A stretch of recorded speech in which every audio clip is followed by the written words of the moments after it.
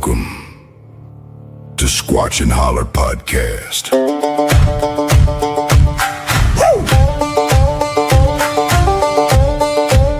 From the back roads, down the ridge where the moon hangs low and the shadows get big, creek water cold and the timber stands tall, something's moving way back in the holler, y'all.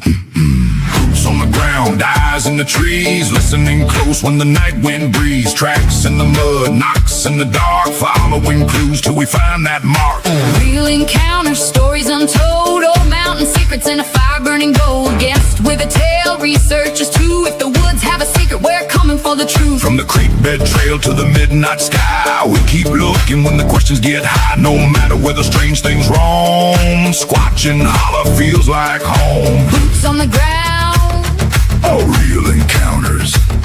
live from the holler. Welcome to Squatchin Holler podcast.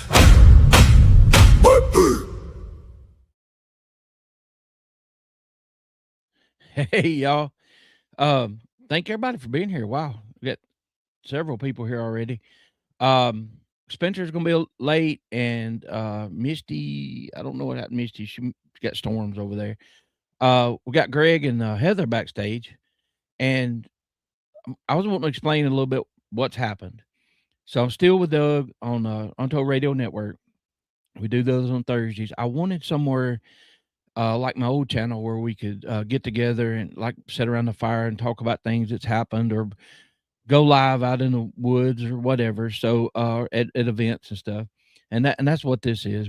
I'm just basically starting over. So appreciate y'all being here.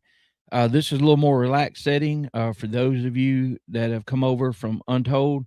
we take this subject seriously ourselves, not so much, and we just like to have fun. And the reason I wanted this crew to come on is because they started about the same time I did, and we've become friends. And all of y'all, it's been a great journey so far. So I thought, well, we're not doing anything tonight, so let's do a show.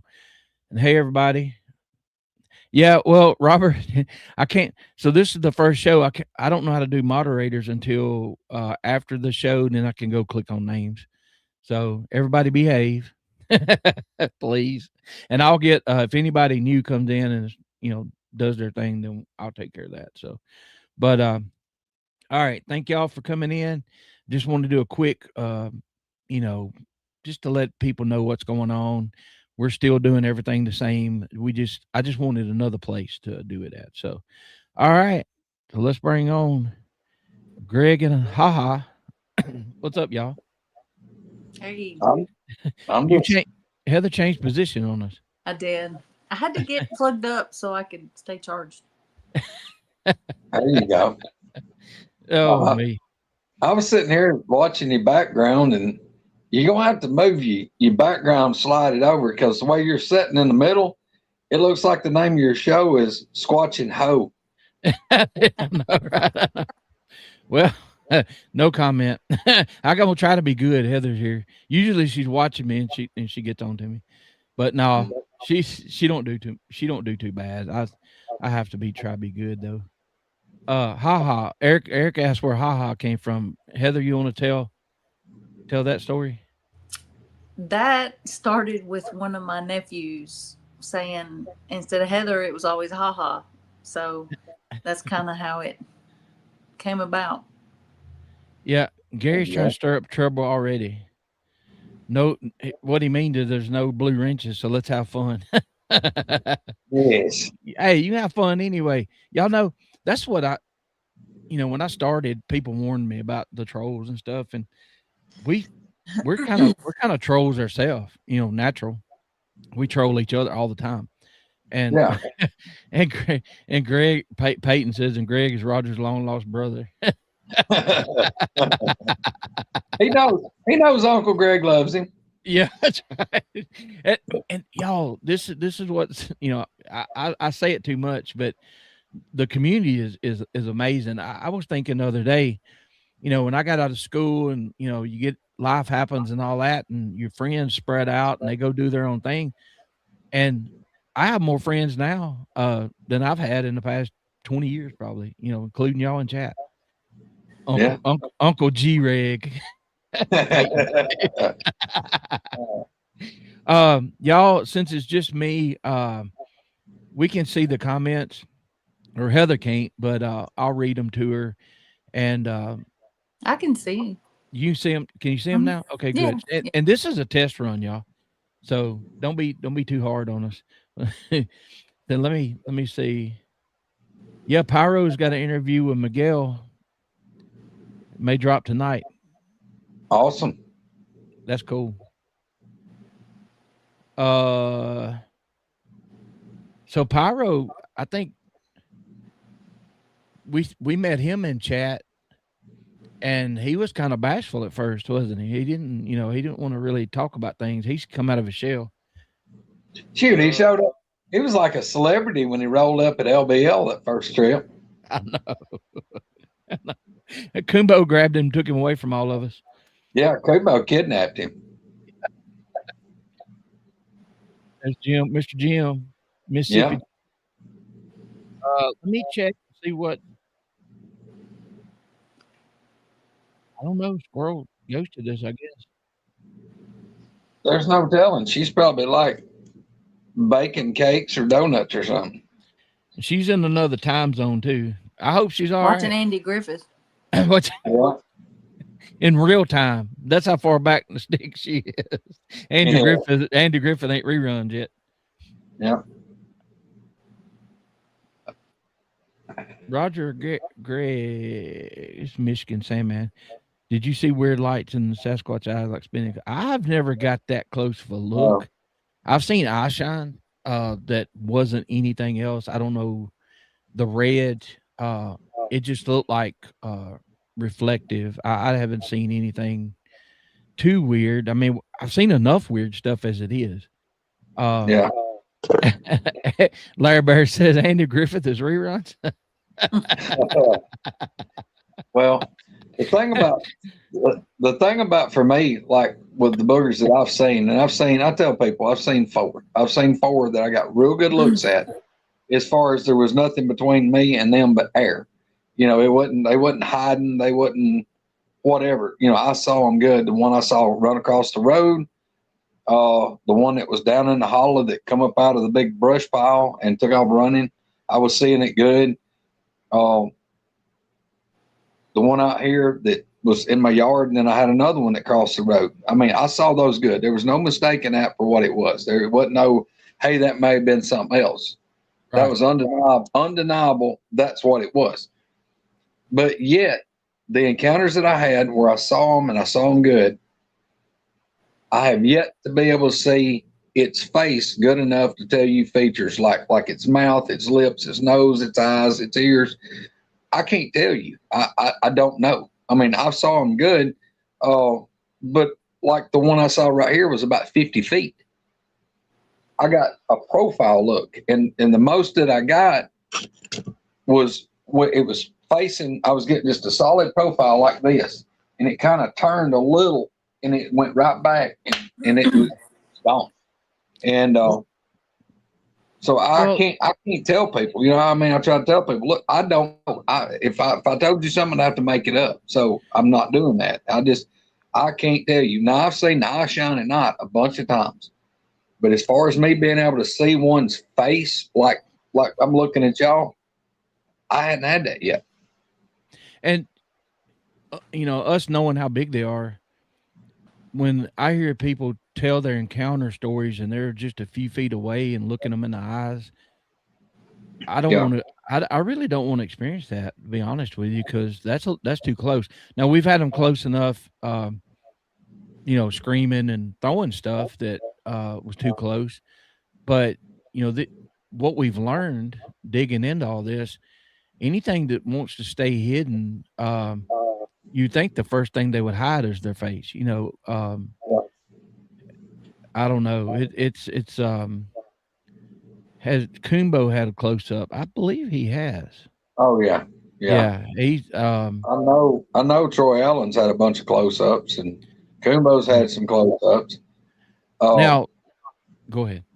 Well, Allen had that one Mm-hmm. when he walked up on my porch out here, and the one was standing about, I don't know, it's 23, 24 feet, and the porch light was lighting it up. I mean, Alan, he would sit here before he passed away. He'd sit here, and he just like he was in a trance, and he'd just be telling me, he said, he said that thing's nose looked like somebody just been beating it in the nose. Its nose was just like mashed out flat, real wide.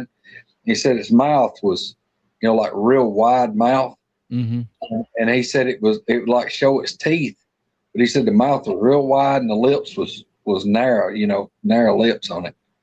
But oh wow, Al struggled with that. I mean, he struggled with that encounter big time.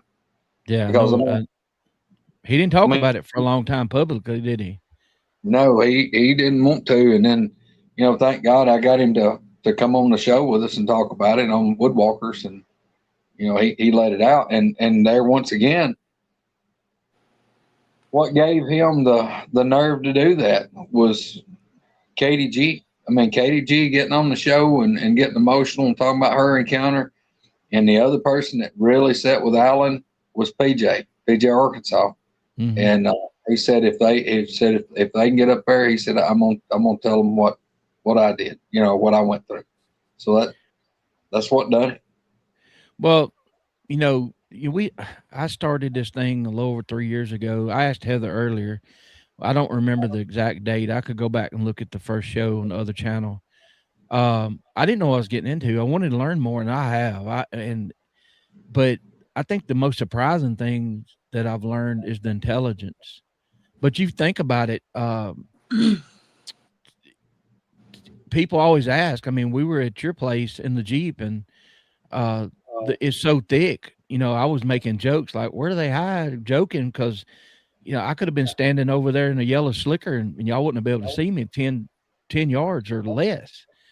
Yeah. And so, but the intelligence thing really started coming clear when I learned things they do. An act of surprise, that shows intelligence. I mean, if I know deer and stuff, they will a little bit, but it's different when people talk about how these things,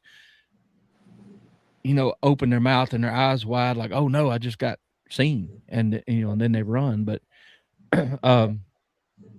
but welcome, all the people. We're kind of gonna go over some things, but we're here to have fun too. So Heather, I'll ask you, or when I finally told you, like I joke all the time, so I waited till the ink was dry on the marriage license, and then I told her. But y'all, she hasn't seen one. But if you go by the classification A, B, and C, like Greg and I talked about, a few days ago, Heather's, she's been there when we found tracks a couple times. She's heard multiple screams that we've caught on audio, and some we haven't. Rock clacking, and where we were at, there was nothing else it could be. She's heard good, clear tree knock that was almost too good. Pop, shut up. He's trying to make me nervous. But in starting this, I didn't know where it was going to go, and at one time I was worried about the subs. Like, oh my God, I gained 2 today. Oh, I lost 4 today. What did I say? And then I got to realize it's not about quantity; it's about quality. The people that are in our chats and stuff, we try to support other shows when we can, go in and interact with people and listen and learn. Because, Greg will tell y'all this is kind of like a therapy for us in a way, because you go so long. Y'all have heard it before. You go so long without being able to talk about it. Me and Greg's told the same stories to each other probably 20 times a piece. But, he just talks. I listen, and he does me the same way. And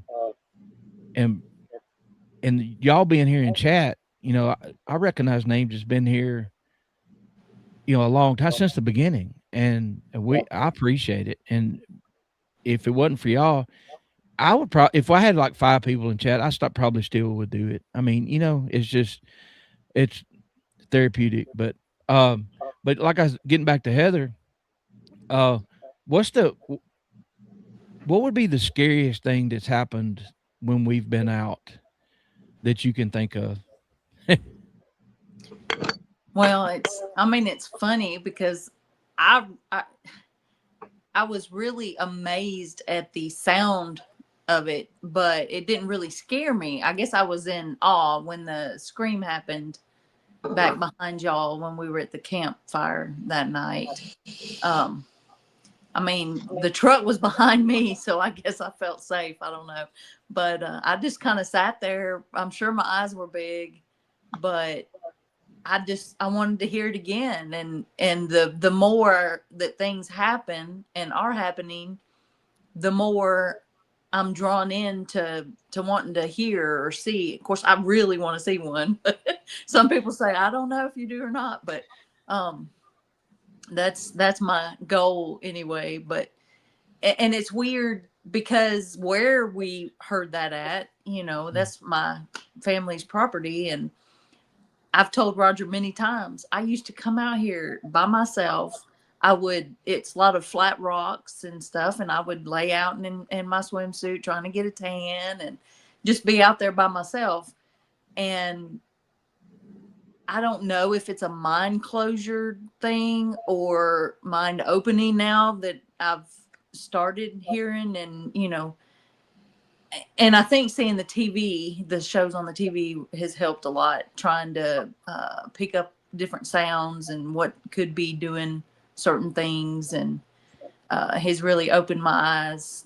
And just, I like being out there in the woods. Now, would I sit out there by myself now? Probably not. And what's valuable, my sight is way better than most people's and hers, and her hearing is way better than mine. And there was, one time we're walking through the woods and I heard it, but it's like, and she snapped around. She said, "Those are two rocks clacking together." I'm like, "You're exactly right." And it wasn't what 30 yards inside. We were in the backwoods, but there was a thicket over there, and it was a clack clack clack clack clack clack. And I don't know Greg, what can do that? Will a coon do that? I mean, it's got Yeah, thumbs basically. So yeah, but yeah, they're not going to sit there and clack rocks together. yeah, and I mean, that's just like Roger when I've been in the woods and stuff got thrown at me, or like me and Wanda's been to Coonbows. Me and her we'd go out to eat or go to Coonbows, and we'd all go out and eat and go back there on his point. And, we pull up there in the two trucks, we pull up driver's door to driver's door, and we're sitting there. You're not there 10 minutes. You can hear bipedal walking out in the woods. You can't see anything because it's just black dark. You're in the woods, but you got that little opening with a couple of big oak trees. So it is shaded, but it's really open. But you're in that opening sitting there overlooking the Tennessee River. And, you got a 40-foot or 50-foot rock bluff just dropped straight off into the river. You're sitting there in the truck and you're hearing bipedal walking coming up on the right side. Well, then you notice you hear bipedal crunching in the leaves on the left side. Well, then behind, like where I'm sitting, the way we came in, you hear it back there. So I know there was three of them. And as we're sitting there, we had the windows rolled down talking. And the last time we were there, that happened, Jack Overkirk was there. Well, he pulled his Jeep behind my truck. And Jack was standing. He was standing on the ground between my truck and Coonbows. We were parked about like we were in a parking places, about 2 or 3 feet apart. Jack was standing there. And all of a sudden you start hearing leaves, like leaves are being ripped. A rock comes flying through the woods. I mean, it's going through the leaves. And the thing hit right in front of my truck about 4 or 5 feet and went bouncing across the ground out and like went off the end of that bluff. Well, we were sitting there, and I mean, we're sitting there, we could barely see each other because we're close. I was like, "Yep, that was a rock." Jack goes, "Oh yeah, it bounced way off through there." And here in just a couple of minutes from the other side, you hear the same ripping, like that rock was flying through the leaves that was hanging down on the tree, and it comes and bounces behind my truck. It went between my truck and Jack's Jeep. Well, then in a few minutes, another rock comes out. They threw, within 15, 20 minutes, they threw like 6 or 7 rocks coming out of the woods. I mean, Coombo, we're kind of in the middle on the river of, like a 600-acre farm in the middle of the night. There's no way there's a human there. Ain't right. No way. I mean, nobody knew where we're going there. It was a spur of the moment. We went out to eat, went back to his place, and he goes, "Hey, let's ride out on the point." So we did. And, this happens. And, we're putting up with this. Well, it was like the one that was behind us kept getting closer and closer. And then Coombo finally goes, "Y'all, you realize we're kind of surrounded?" I said, yeah, there's one over here, and there's one over there, and there's one back here. He said, "Yeah, I'm getting a little creepy vibe from this." He said, "We may ought to ease on back up to the house." And I wasn't arguing with him. It's like, yeah, I'm not enjoying this either. We're kind of, they triangulated around us, and when I say they got to where they were close, these things probably wasn't over 40 feet from us. Yeah. So Jack got back in his Jeep, and we cranked the trucks up, and we just all single file went back out and left. But yeah, I mean, they'll come up on you. And the thing about it, they'll come up on you sometimes. You'll never know they were there till they're right on top of you.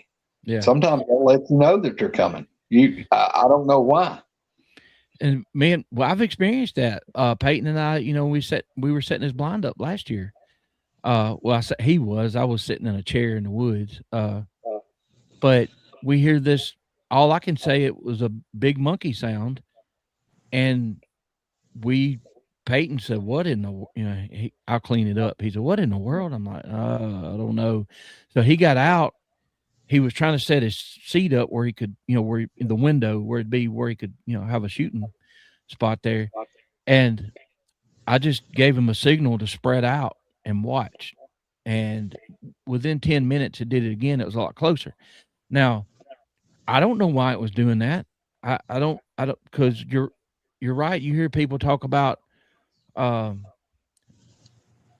even them leaving in a hurry. Sometimes they hear them tearing the woods down or see them tearing the woods down, and sometimes they're gone. It's like they vanish. You've experienced it. Now, this is a good time for me to.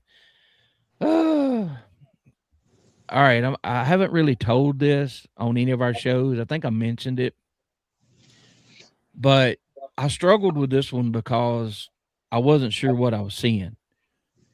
And because of one particular thing, two things.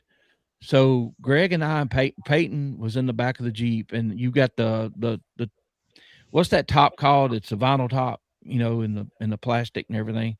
Oh, and we're going.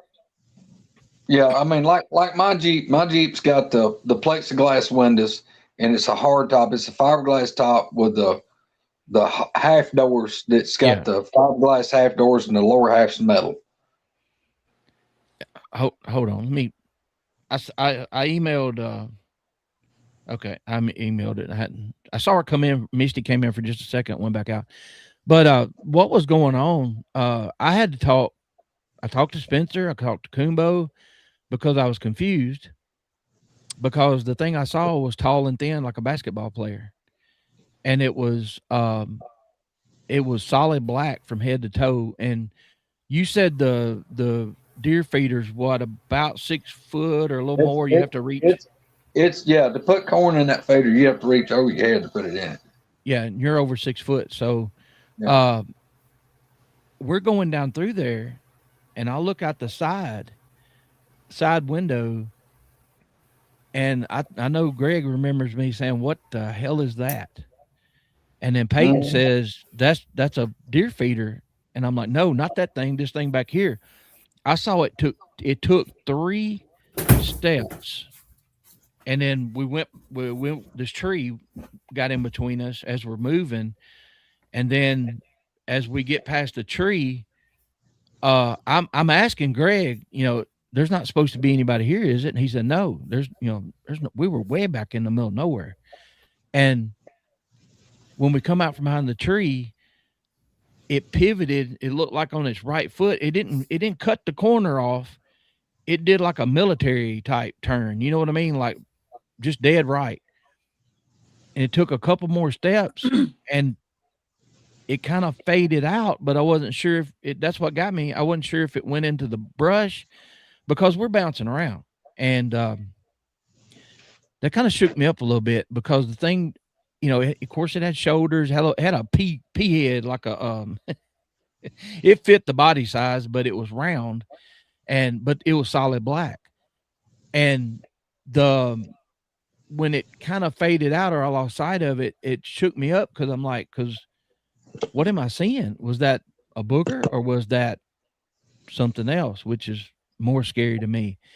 And so I called and talked to Spencer and Kumbo, and they said, yeah, and then eventually I told Greg, you know, like, I didn't want to say anything because it didn't look as big and muscular as what I have seen before. And, you know, they kind of explained to me that it could have been a younger one and all that. And you said there's been sightings within just a little ways of that place, right? Oh yeah, yeah. That I mean, I don't care. Tell them. I mean, I own some property, some more property on the lake. This was on my land. I mean, we drove my Jeep down there, and I've got a massive rock shelter bluff. I'm talking about you could put an average size house under this bluff, and it would be in the dry. I mean, this thing hangs way over, and you go up under it. It stays cool, and there's actually a spring that comes out, so fresh water comes out of the ground. It comes around the back wall and then runs out. So you got shelter, you got water, and I mean it's in a hollow. And what we did is I built a road with my bulldozer, and you go in. I've got an upper green field, a hunting field, and you fall off the mountain. You turn to the right, and you go down, and it's real steep and rutted out. Well, you go out of that field into that road, and then that's when you go into the hardwoods where you're on a steep hill going down.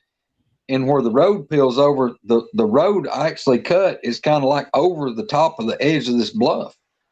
And when you get there, it's kind of open because I bulldozed it, and you're looking in a big hardwood hollow, and you're up in the air probably 30 feet high above where it starts down. And that hollow goes down, and it's getting deeper, and it hits a big hollow at the bottom, and that's where this corn feeder is for the deer. And it, from where we were at down to there, it's probably a little over 100 yards, 125 yards.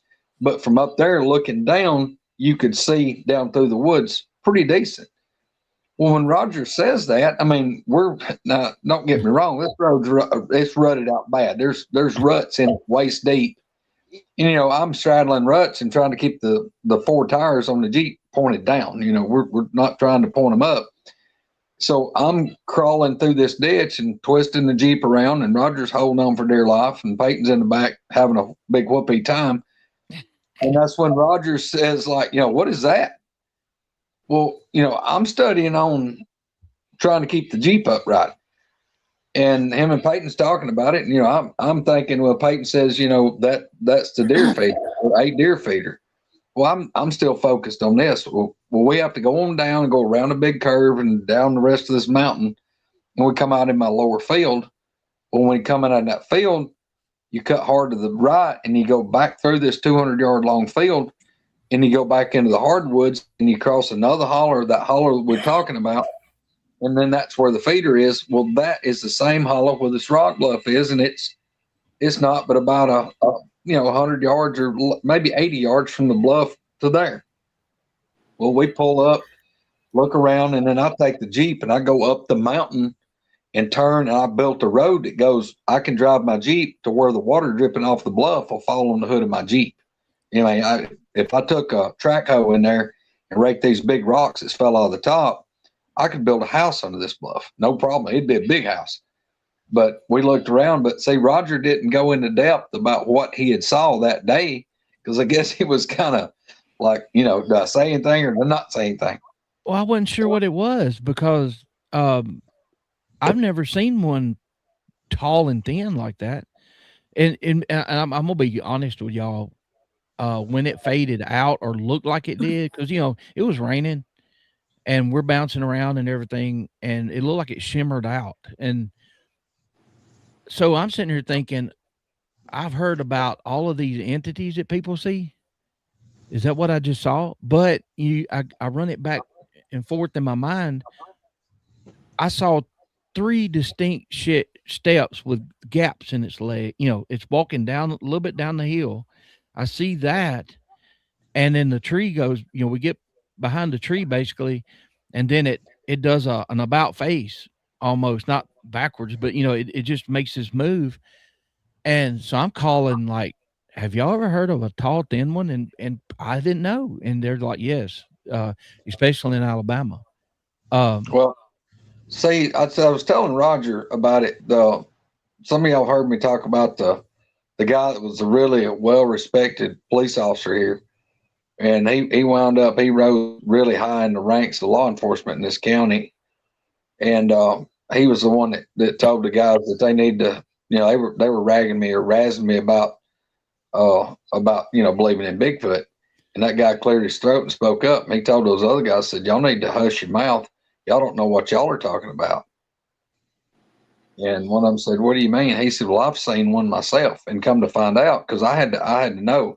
I asked him about it, and he said that he saw one while he was doing a patrol through a campground. And the thing about it, the campground that he saw this one at, and he said the one he saw was massive. It was, he said, over 8 foot tall, massive, solid black, covered in black hair, big red glowing eyes, and this was at night. He come around the corner, and it was empty. Like they got like the A loop and the B loop for the campground. Well, they didn't have anybody on this back loop, but he just rode around it anyway. And so when he come around the corner, his headlights hit his camp spot.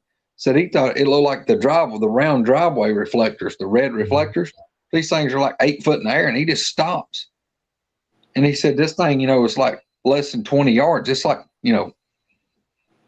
40 to 60 feet. Yeah. And he said a big massive pine tree, and this thing was standing just right beside this pine tree and facing him. And he said he just stopped and froze. And he said, I'm just staring at it. And he said the thing stood there staring at him like I had to stare off for 5 seconds. He said the thing just turns and just walks into the woods. It takes like 2 or 3 steps, and it just goes in the woods and gone. Well, that's the same campground that my property on the lake, the safety zone where the government paints around like the campgrounds for no firearms, no shooting, no hunting, all that. We call it the blue line because the trees are marked with blue paint. So what the government puts is the blue safety zone. Where Roger seen that the other day when they were down, it's been month and a half or so, 2 months. Yeah. The blue line for that same campground, Roger, from where that deer feeder is, it's 150 yards to the blue line to that campground. Look, going in, they're around, but I didn't know where I was at. But you've seen me and Peyton when we're with you, we're talking, but we're doing this, we're scanning everything. Yeah. And I just hate, that was a good opportunity for Peyton, to see something, and he didn't get to. But Heather, we'll bring Spence in, but I want you to tell the day that we were at the LBL and I found all those tracks. I was about 100 yards from the truck. What happened to you? You had the windows down, and we talk about rock throwing and stuff like that, and everybody's like, well, it could have been an acorn. But when it like Greg said earlier, when it's coming out at an angle and bounces, will you tell them what happened to you? Well, I was trying my best to film you without you knowing. So I was sitting there, the window down, and Honey was in the back, so she was making a little racket. And all of a sudden, you are already all the way out there, and here comes this rock. It was much bigger than an acorn. It just bounced, and I looked, and so I'm turning, I'm trying to see what's up, because it's a little hill behind us where we're sitting, and I'm like, what on earth? So then I started rolling up the windows. Yeah, I got back, and the windows were rolled up and the doors were locked. You're on your own. But. Yeah, and I'm like, that's when you start blowing the horn. Because for some reason, I have my phone all the time. I left it. I had that little GoPro looking thing, and that's what I was filming with. I could see the tracks from 80 to 100 yards away in that mud. and I wasn't expecting it to be what it was when I got there. But yeah, I was nervous anyway. If she just started blowing the horn, I probably would have blowed out my hips earlier trying to get back. But you know, it's oh, JR's favorite woodwalker just showed up. That's what he said. Oh, no. But man, look, I appreciate y'all being here Team because JR. this is like a test run, but and we've been doing this so long now.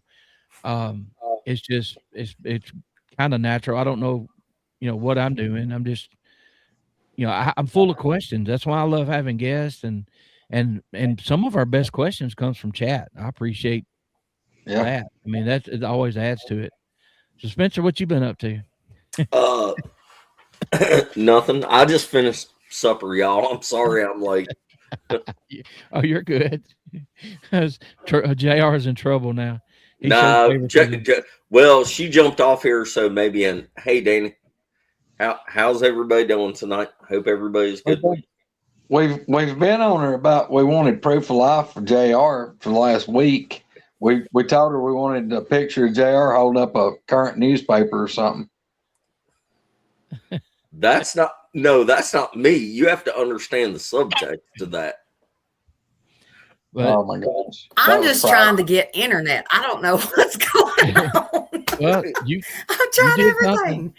Oh gosh. Roger, yes, if you don't mind me interjecting, what were you just talking about with the rock that got thrown? Was that at LBL?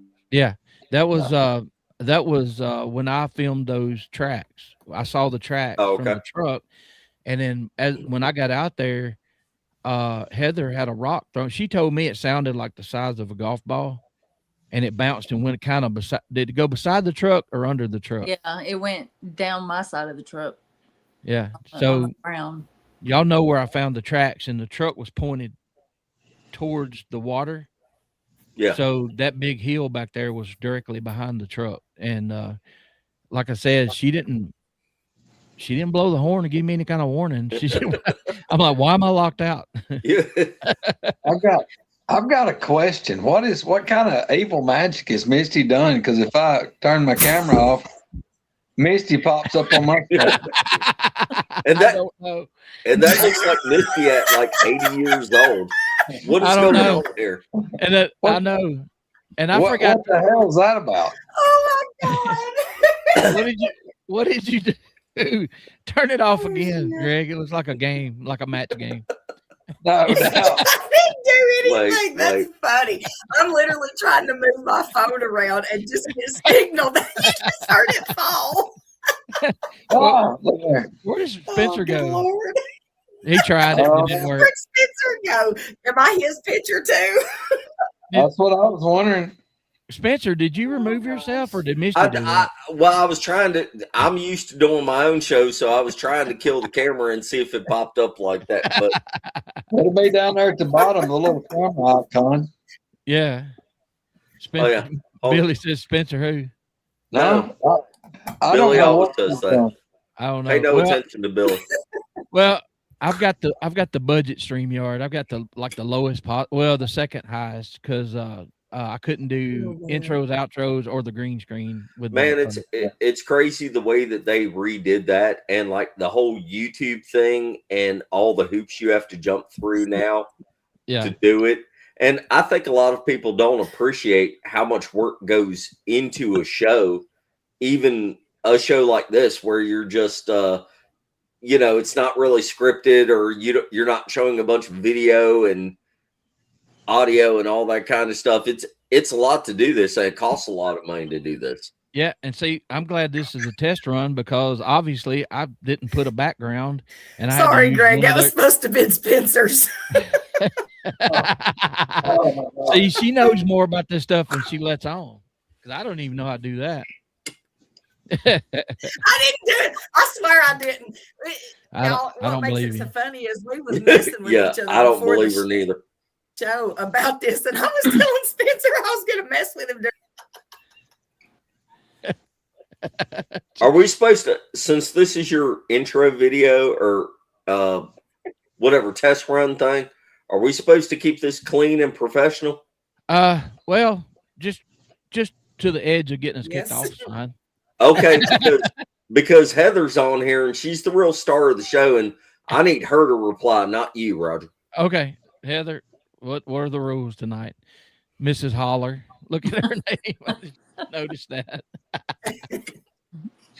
It doesn't matter. I've listened to y'all before. I know how it gets. I'm just gonna have to close my ears or something. Okay. Sorry, y'all, Heather. I'm not just saying this. Which one am I talking to? Yeah, I'm not just saying this because Heather's one of the best people I've ever met in my life. I told her daddy that. Not just She is. And the thing is, what I loved about her early on, I thought she was gonna, with all this Bigfoot stuff. I have a collection of bourbon that I barely sip on.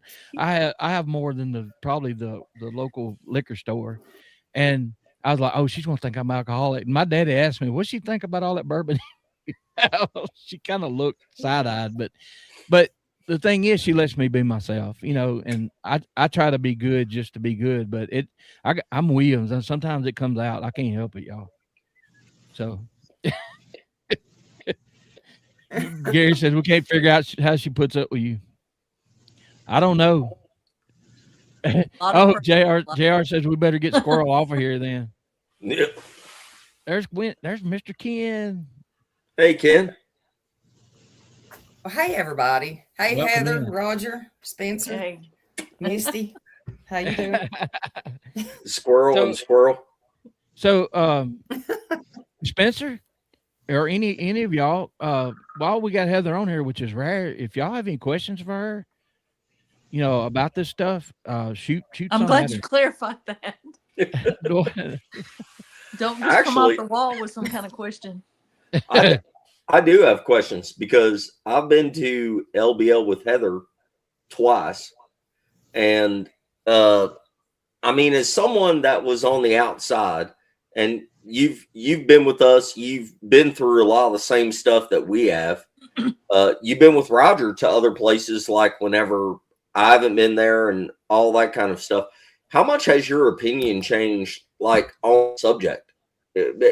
Being serious, not trying to put you on the spot, but when you come into it, you had to be like, this is crazy. And what do you think about it now?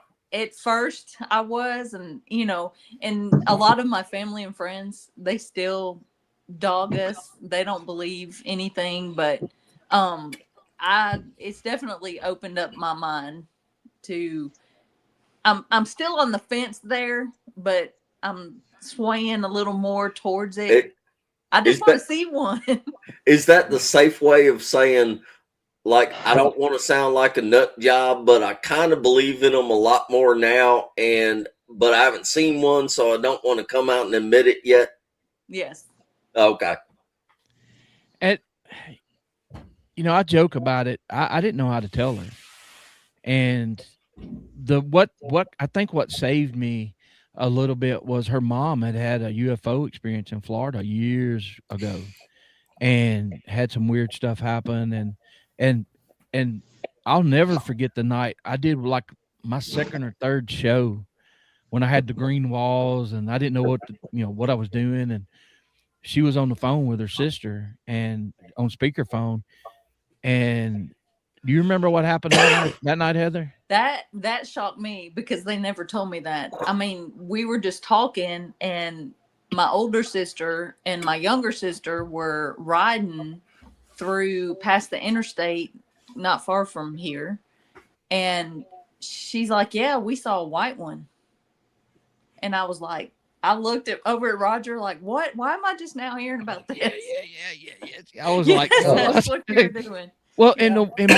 and the way it was, I thought, like, she's like, what are you doing, Roger? And I said, I just finished up my podcast show or whatever. And she asked what it was about, and I said it, and she got quiet, and I'm like, oh, here it goes.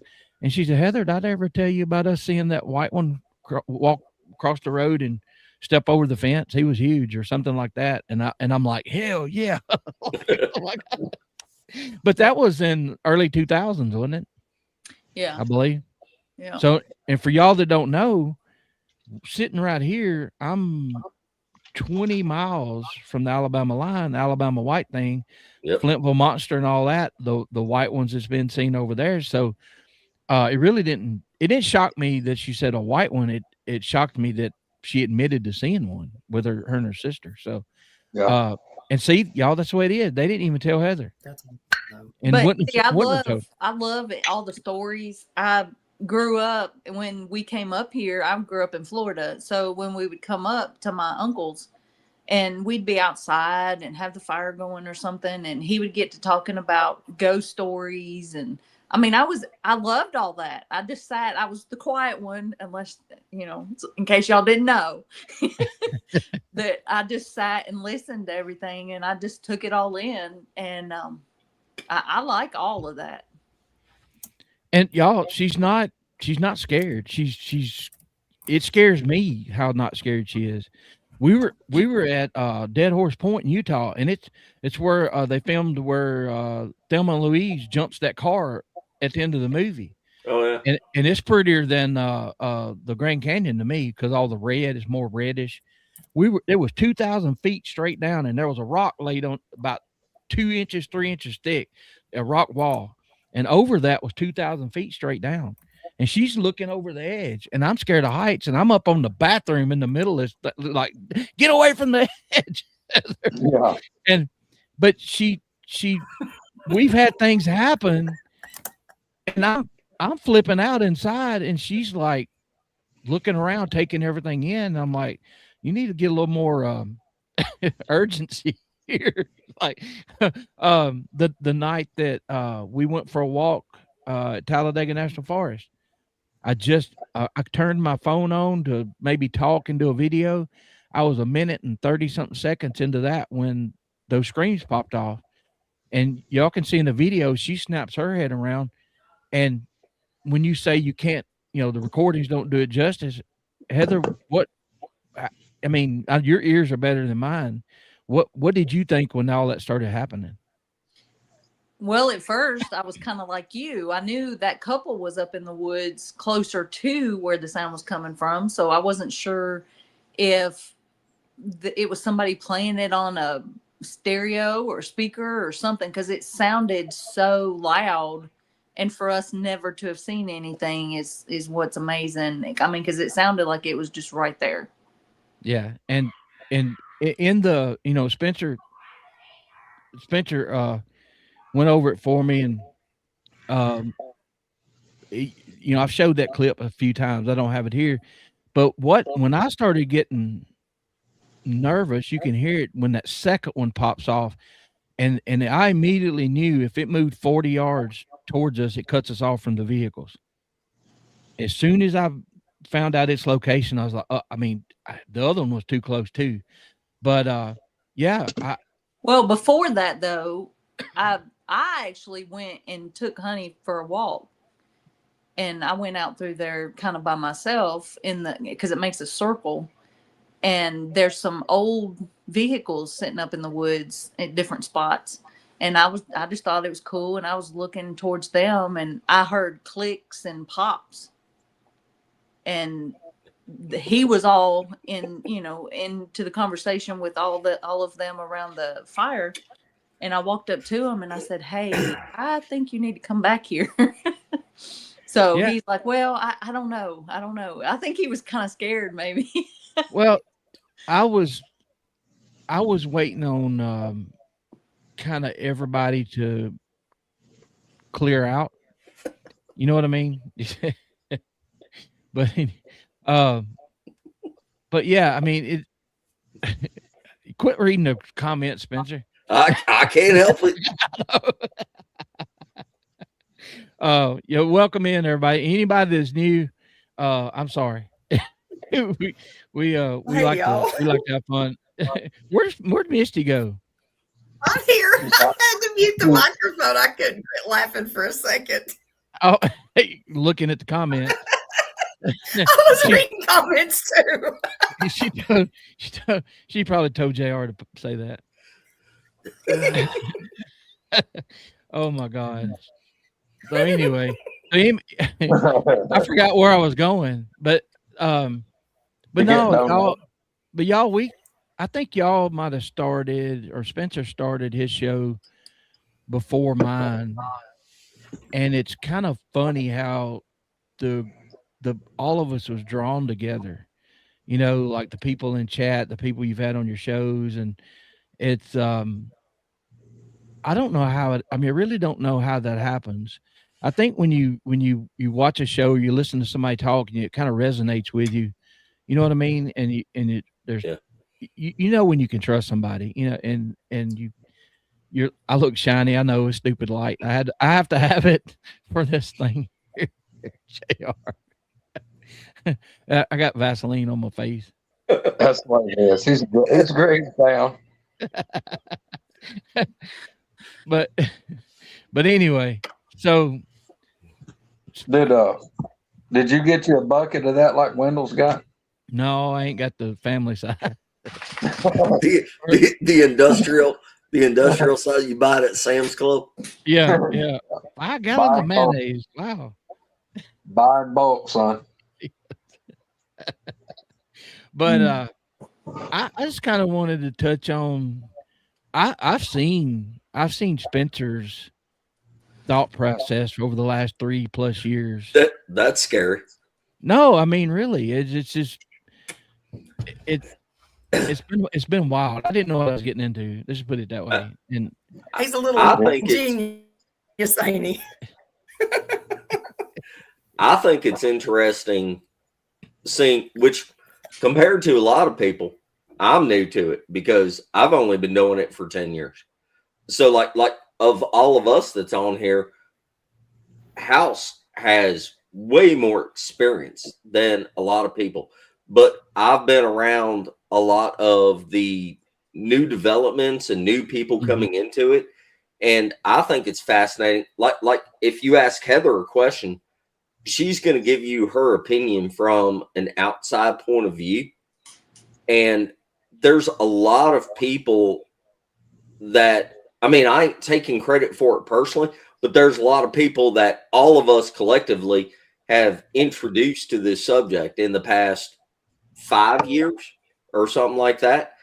And I think it's interesting just listening to them because, like, okay, talking about what you were talking about earlier on that booger that yelled out there at Talladega, right? mm-hmm. To a person that's never heard that before, when you hear it in person and it's close enough for you to like actually like kind of feel it and hear it and know that that's not something normal, it's your mind plays tricks on you for the first couple minutes. You're sitting there going, what is that? And you're trying to identify it. And especially if you're out there like y'all were, where you know you're out there in a possible booger territory and you're like, holy crap, I really think that was something. And recordings and all of that stuff don't do it justice.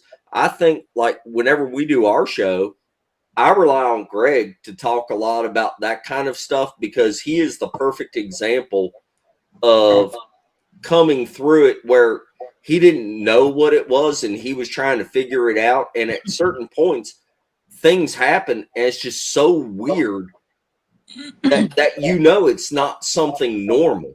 And it's interesting hearing that from an outside point of view. Yeah. And see, so you got her and me. I've heard it before a long time ago. And I heard, you remember when I was on Sawdust Beast, I had a little recording that was a little bit different. It sounded like it was way off in the distance, but I've heard that before. And knowing where we were, I think in my mind, instantly, it was like, uh-oh, that's too close. And so I went in kind of protection mode a little bit. And you didn't. You left me standing back there with him. I said, stop running. Heather, calm down. Yeah, that was not protection. That was not protection. She's as fiery as Misty. I know. He was trailblazing the way to the truck. Heather, he was clearing the road. Yeah, he's knocking down the spider webs. That's what I hear too. But it's like I told somebody in the studio one time when we were there. They made fun of me for leaving Heather. And I said, there's a difference between leaving and leading. Yeah. Oh, please. It's like Greg takes up for me. Heather says, yeah, we were sitting there and we had one of those battery operated fans. We were sleeping in a hot truck. He said, but he rolled my window down and put this fan in my window. and Greg says, well, somebody's got to be able to protect everybody. If it grabs him, you're all in trouble. That's right. It's the oxygen mask in the airplane theory. Yeah. Yeah. Well, and oh my, Troy's here, y'all. Yeah. Troy. I had to send him a link. He couldn't find it. I sent him a link a minute ago. Yeah, y'all. Hey, y'all. Y'all, please subscribe, if you will, because we'll be doing some different things on here. I have the freedom to do whatever.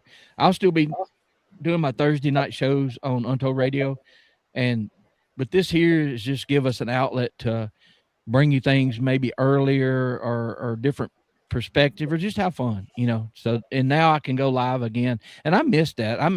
The night that we were talking about that backstage, Heather was asleep, and me and Peyton took her truck, and we had the deer incident. That was surprising.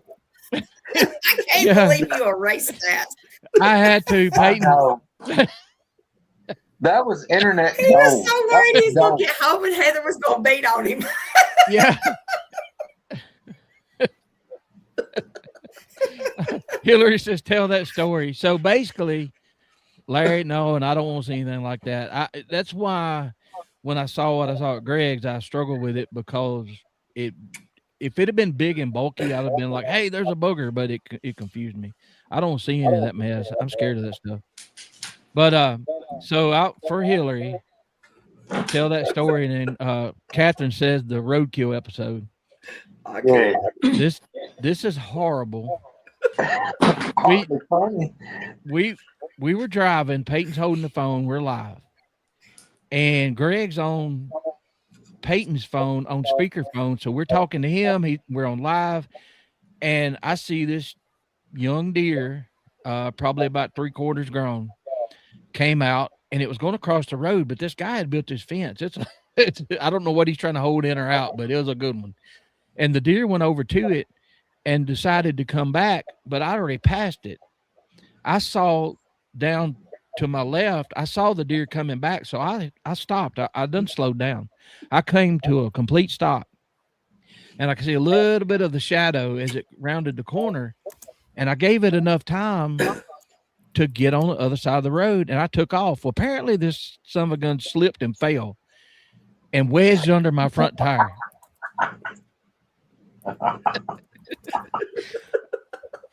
I didn't hear it. I didn't feel it. And when I started forward, the truck lifted up like this, and I heard crunching. I'm like, oh, God.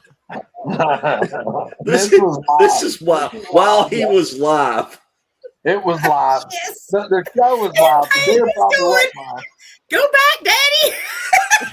Throw in the truck. We're going to take it home. And everybody hears the deer running on the bottom of the truck, kicking the catalytic converter and the mufflers. And so I'm trying to straddle it. And apparently he moved, because the back right tire did the same thing the front left tire did. And I'm just sick to my stomach, because Peyton was like, oh my God, you can hear bones crunching. I'm like, shut up. So, this is live. So, as we're pulling off, easing off, he like me, I created a monster. He knew we were live. He's like, I hope it wasn't a homeless guy. And I'm like, oh damn, now I gotta back up and show everybody what nobody. Tell the truth, you couldn't find it. It was stuck under the truck. I couldn't. Misty kept saying it hung under the truck. I'm like, no, I think I have to get out and look. And I'm like, oh my God, Heather's gonna kill me. I didn't hit the deer, I ran over it. Oh my God. But anyway, and you never know, me and Heather.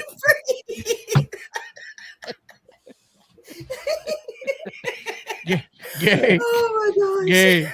Gary's. This is the rest of the story. That's one reason I had to delete it because I came out with some good words while that was going on. And that poor deer, and I was like, "It's under the truck. It's hung up under. It's on the drive shaft." And I'm like, "No, it's not." And the chat was going crazy. Crunch. Pyro, he was there. I mean, oh my God. So, but y'all. It was horrible. He felt so bad. He really did. He was about to cry. I barely. We were dying. I mean, we were absolutely dying laughing. I wasn't even in chat. I was working at the greenhouse, and I'm over here going, no, Roger. Yes, Peyton, I'm with you. Get it, brother. I wasn't watching, and I caught the video right before he deleted it, and that was some of the funniest crap. Oh, I can't believe That's horrible. It's not funny, but it was. No, yeah, it was. It was. Oh, it was bad. It was horrible. And Peyton's narrating, him talking was the worst part. Like, shut up! Don't say that. I was hoping nobody could hear it. You know, everybody heard it. No, you could hear it. And I guess, you know, as bad as that was, I mean, I don't know. Hey, it got up and run off. It RUNNOFT, Roger.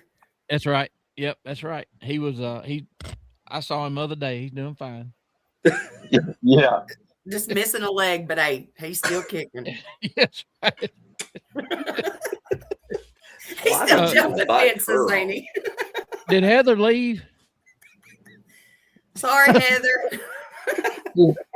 She's went dark on us. If you're listening, Heather, you can pop back in if you want to. I moved you around. So, oh my God, it's been no, that wasn't planned for sure. And then, you know, that was comparable to my buddy Don thinking Kane was blind. That was the same panic I was having on the inside.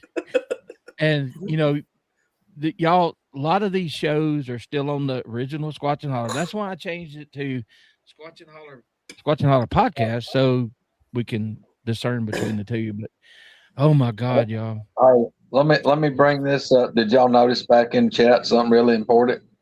JR commented that he's gonna have to use the safe word very soon. Oh no. That's why she keeps turning the camera off. I told him.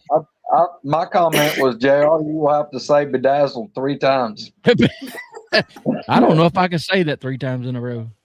Right, Roger. Billy, it was y'all. It's like being in school when you're the only one of 2 people that know who really did something, and you can't laugh. You know, I had mixed emotions. Because we were live. He was about to cry, and Peyton was over here laughing his ass off, making everybody else laugh. Don't lie, tell the truth, Roger. It was priceless. He was ready to go back and get it, and Roger's like, no, it's fine. It got up and run off. They went back and looked, it wasn't there. So then Misty was wanting to check the drive shaft. And somebody was. Roger, I said, you done got it hung up. You've been dragging it. You just thought it took off. But it did. And look, there was several people. There were several folks watching live that night. I think Catherine was probably watching. Yep. And I only went like 10 yards.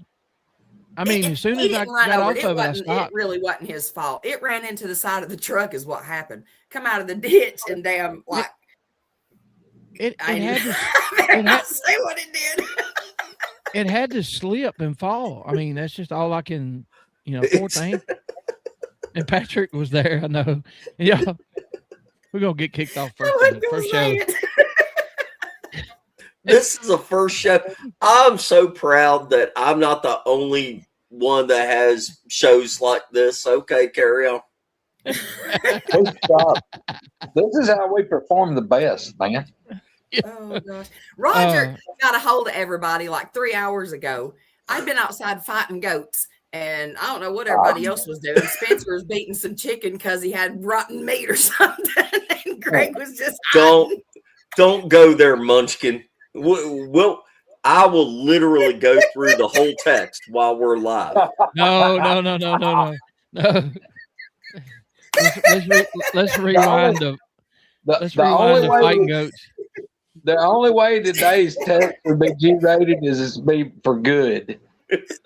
Point of the story being is he's like, you got 3 hours, and then he always comes on with us, so you feel obligated. And I'm like, all right, Roger, I ain't made supper or nothing. I got goat all over me, but we'll do it. I was like, y'all want to do a show? We ain't doing nothing. There's Heather back. I got goat all. Thank God. Bring Heather in. Where'd you go? I had to let the dogs out. Oh, okay. So now we know, y'all. And let myself out. There you go. Oh my gosh. Man. Any questions for Heather? Because I mean, this is rare, y'all. I've asked her a few times, like, "Hey, you want to come on?" Glad she came on here. I'm glad to have backup. I know she'll make fun of me, but still, it's like 90% of the stuff that's happened is it's either been her or Peyton, and that's nice to have somebody to like talk to about it. Like, what did you just hear? Because and there's been times where when we were at the LBL at the Field of 13 Howse, Spencer, and they were doing the calls and you were doing the thermal and everything. As when everybody loaded up, she had the windows down. Yeah. Everybody's about to leave. She turned and looked at me. She said, "I just heard a monkey sound over on the other side of that field." And I didn't know what to do. I didn't know where to call everybody, or because y'all had made, or Kumbo and them had made a few calls. And I have never, now I've heard owls throwing a fit, and they were owls. I have never heard that many owls talk and chatter and hoot that long. They did it the whole time we were there. Yeah. And it's funny because like, even though we have recorders going, there were 2 recorders going while we were there, and we all heard what we heard with our ears while we were there. But on the recording, you cannot hardly hear it at all. You really have to amplify it, and that just doesn't do any good for trying to show people. It's nothing compared to whenever you're there live, and it was amazing. It was tell everybody what you heard. Well, I mean, Kumbo can still do killer calls. Yeah, and sometimes it takes a few minutes. It's not like you go out and you do one call and they just instantly call back. That's not the way it works. I mean, sometimes you go to a certain spot and you'll do 4 or 5 calls and hang out there for 30 minutes, not hear anything. You'll go to another spot and do it and not hear anything. And then you'll go to another spot and, on the second call, you'll get screamed at.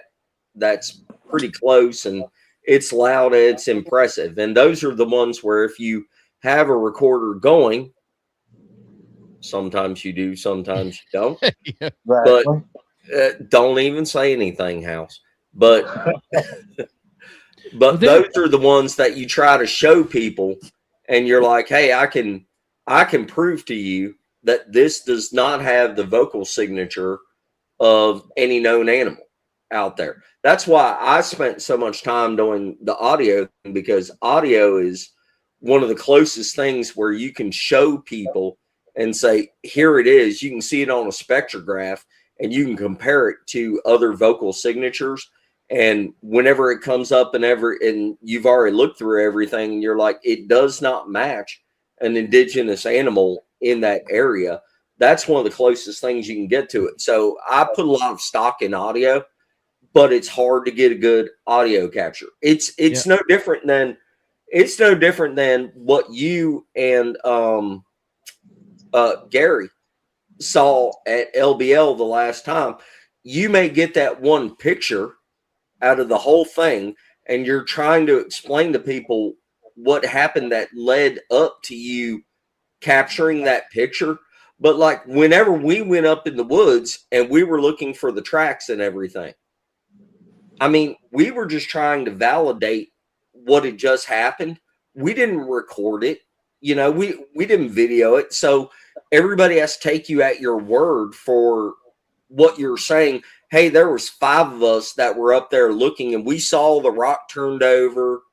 We had someone experienced in tracking, Eric, up there pointing out this and that.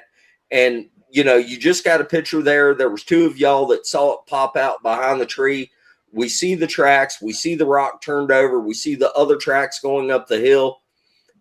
But you have to explain that to people. And it's not like you have a camera on your shoulder the entire time going that records everything. And that's the downside to doing what we do.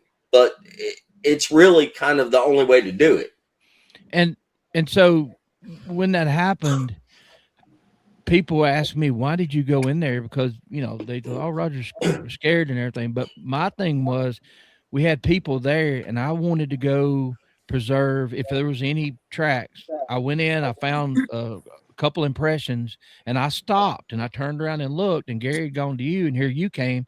And when you come up there, I'm like, hey, and when Eric got up there, I was sure to let y'all know it was behind this tree when we were down there.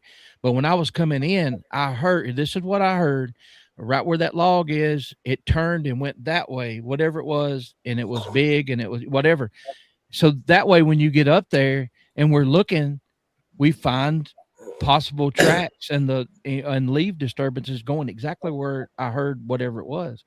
And yeah, you can't prove it. You can't prove it to anybody. I'm just glad Gary got the picture, and it was disappointing because I mean it wasn't that far away, but it was moving, and it was 40 yards, and it was in the but woods. just the fact that Gary even managed to get a picture is something. I mean, and really, in all honesty, we stand on the shoulders of giants. You know, coming from this, we learn Troy Allen's in here. That's somebody that has had a ton of experience. Greg is one of us. He's in here all the time, and we get to talk to him, or someone like Kumbo, you know, and they have a bunch of experience, and you take what they say, and, you know, because we know them in person, you get to know them. And of course you know, you're like, well, I trust this person. And then you take their advice and you kind of put it into your own experiences and everything. Greg was really lucky. Greg, whenever he was going through all this kind of stuff, he got hooked up with Troy and Kumbo and had them to, you know, kind of fill in some questions, or blanks, fill in some blanks, Greg. I ain't trying to put words in your mouth, but you know what I mean. Look, dude, that was the luckiest thing I ever had happen to me was, you know, like Troy. I mean, basically Troy and Coonbo and Jimmy Oliver and all the guys, they took me in like a lost puppy, like I was a little brother they'd never met before. And I mean, it was, you know, I hit the super lotto as far as, you know, friends that became absolutely like brothers to me and took me in and explained things and told me stuff that they didn't talk to other people about. Yeah. Shared information that I would have never got anywhere else. And, you know, there's a lot of things that Troy brings to the table, just like Coonbo. And if you want to ask, you walk up and ask Coonbo, who knows more about boogers than you do and had more encounters than you do. And Coonbo's going to look you in the eye and he's going to say, Georgia Tractor, yep. Troy Allen, that's the man you need to talk to. Look, I've talked to Troy on the phone a few times, and then at the meet and greets or whatever, or campouts, and I've learned so much just in our conversations. And it's amazing how much he does know, like different parts of it. You know, like, hey, yeah, this is probably happening here because of this and this. And then the day that you know, he can tell you when we got to the camp that evening, he was sitting on our tailgate, and I think he might have asked me, are you okay? Or something like that. And I'm like, man, I started telling him what I saw. And I said, it looked like it was sitting on its butt and had its arms drawn in and its head turned away from me. And Troy looked at me, he said, you do know that's what they do if they get caught out in the open. Isn't that the same? Didn't Billy is in chat, Billy Schilling, isn't that the same thing that he said about what happened in the place in Talladega? I might be wrong, but I can't remember. It's kind of facing Billy, I think, wasn't it? I think, well, it was squatted, I think, and kind of like turned and looked at him the best I can remember. Yeah. Yeah. But y'all look, I'll tell you this. That's another reason that for me, these things are drawn to certain people, and I don't have a clue why, but it's like certain people that they're attracted to. Troy can tell y'all. I mean, Troy's been here a bunch of times. Come to my man cave, come down here, stay 2 or 3 days, stay 3 or 4 days. I don't know if Troy's been here a single time, and I mean he's been here probably a dozen times or more in the last 4 or 5 years. I don't know if he's been here a single time where he hadn't had an encounter here while he's here. I mean, he's seen them here. He's found tracks. He's heard them screaming. Look, he'd come in here and sleep on the couch before I added on to this place. I'd go back home and he'd stay here by himself. They'd come up and slap the wall right behind his head just like they would do me. I mean, he's had them do that a bunch of times. But here's what impressed me, and I've told this, on the other show or two maybe, but like you take, for instance, it was Heather and I, Spencer and Anthony, Debbie and Larry, Sherry, Kumbo, and Mr. Tucker, I believe it was, when we were out. Yeah. When Kumbo's doing his calls, we're being quiet. But when what we heard happened, to me, it sounded like 2 maybe females at the same time. But when they got about to their apex of their call or yell or whatever, at that point, I don't think I'd ever heard a big male or an alpha male, because when this thing popped off, everything shut up. I mean, everything shut up. They stopped in the middle of their calls, and it was so deep and so drawn out. But what I was impressed with, everybody locked down because they knew Spencer was recording. Nobody made a sound, let it all happen. And then when it finished, Kumbo turned around and said, "Those are boogers." I'm like, yeah. And the thing was, that would have been a good recording because of where it was at, except for the frogs. The frogs were horrible. I mean, I didn't realize it till I listened to the recording that they kind of drowned everything out. But I was the newbie there, and Heather, when that happened, did you hear it? I know you had the window down. Yeah, I heard it. I heard it being the coyotes first. And of course, like you said, the frogs were so loud. It was so immense there on the water. I would love to go back in the daylight to see what kind of surroundings was there, because we didn't go back, but it was definitely loud enough. I heard it in the truck. Yeah, and I heard the video, or watched the video several times. Remember, you sent it to us, Roger, before you posted it, and you could tell she was sincere. I don't know if you're talking about that exact same incident, but the first one that she had where she was videoing you, I guess, and that one, you sent us all of them. But I mean, you can tell she's not making the stuff up, and I'm glad she enjoys doing it. Mm-hmm. Yeah, I am too, but it kind of gives you somebody else to worry about, which I enjoy it, but I think y'all know what I'm saying. I don't mean it in a bad way. Roger, she fed for herself. You literally run off and left her. Oh my gosh! Abandonment. Stop it. I think, Roger, you need a Squatchin Holler emergency response team. He needs a Squatchin Holler emergency response team shirt. It says on the back, "If you see my ass running, try like hell and keep up." There's one that says, "It's like the guy I hunted with that got busted for poaching because he had a backpack full of corn." He said he saw all the animals running past him, and he just sat there for a couple minutes. Then the game wardens came walking out, and he said, "What I learned was when you see the animals flee with them." Yeah. I will say, Roger, for the record, I feel bad for you because this is how they do me on my own damn show. So. I know, right? I asked for it. You didn't know he was going to break you in, right, Roger? I know. Oh my God. She's breaking him in, y'all. Yep. Yeah. Roger, I'm mean. They listen. I am mean. I ain't gonna lie. I admit I say some mean stuff to them. Spencer's went through the whole dictionary searching for a safe word and ain't found one yet. Best thing to do is keep many counties as you can between you.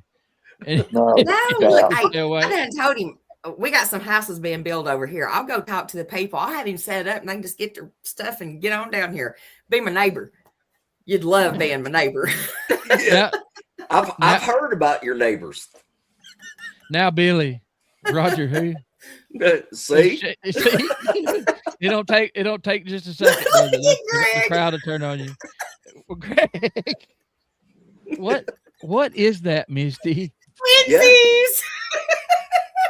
I don't know how in the world did you change mine. This is great.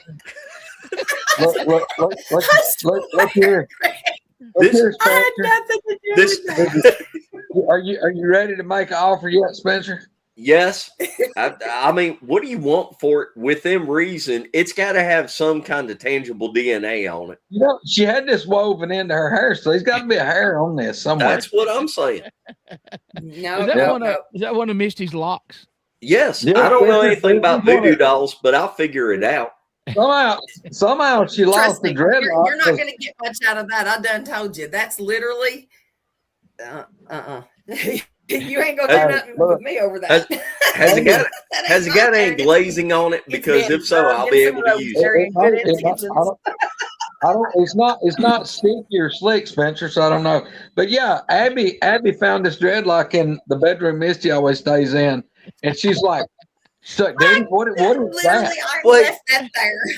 Wait, so she's dropping off parts of her while she stays there? Yeah, well, I don't know. Have you had the man cave fumigated since then? Look here, Spencer. So look, we can make you a bracelet. We could weave that, make a bracelet out of it. I didn't know what was going on. I thought it was rosary beads or something. I told Greg, take it out there while it still kind of had some kind of scent instead of just whatever that is.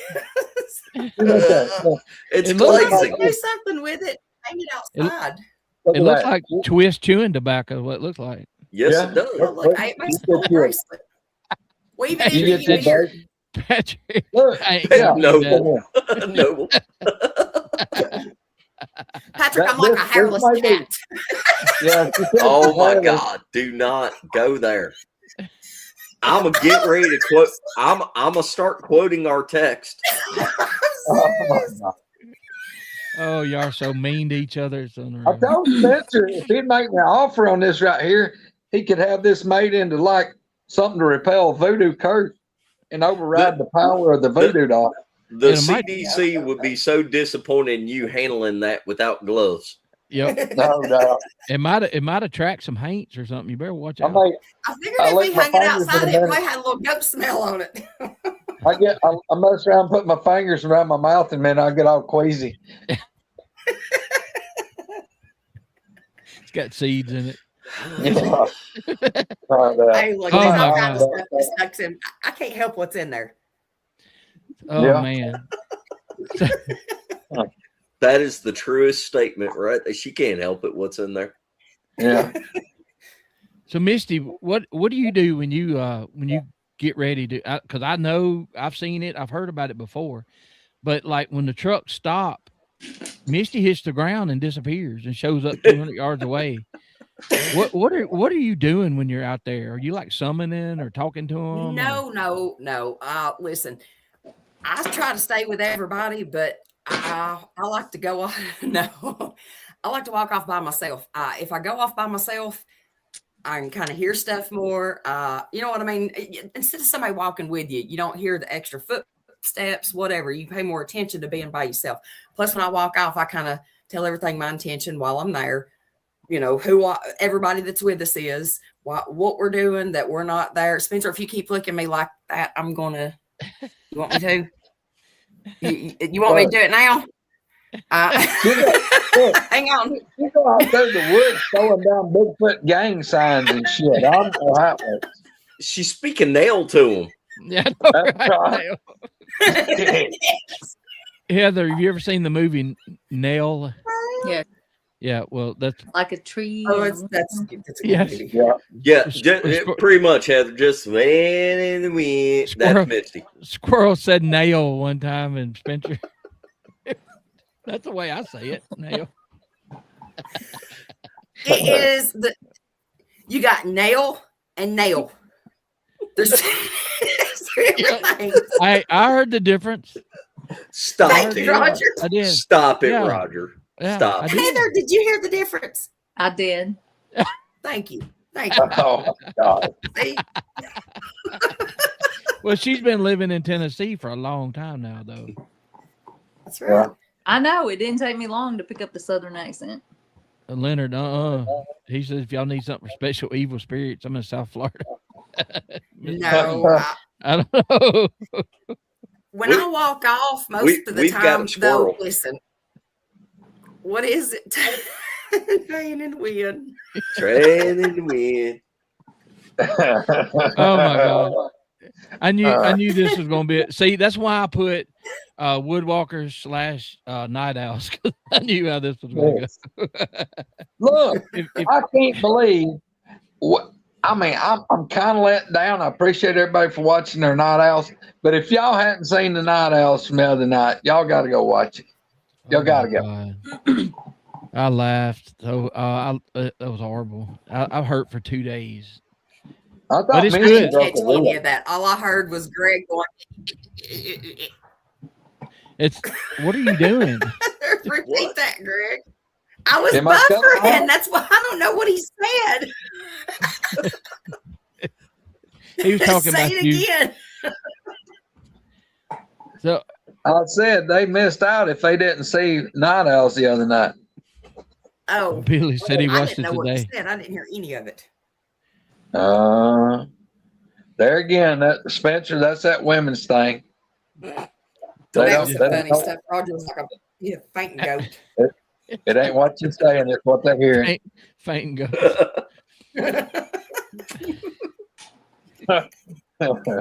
Oh my gosh, Oh, man. I can't stay up late enough to keep up with y'all. man. That's why we You did a wouldn't- little earlier tonight.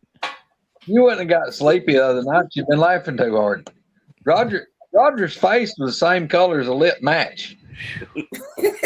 Speaking of Hey. matches, He held his breath like 20 times.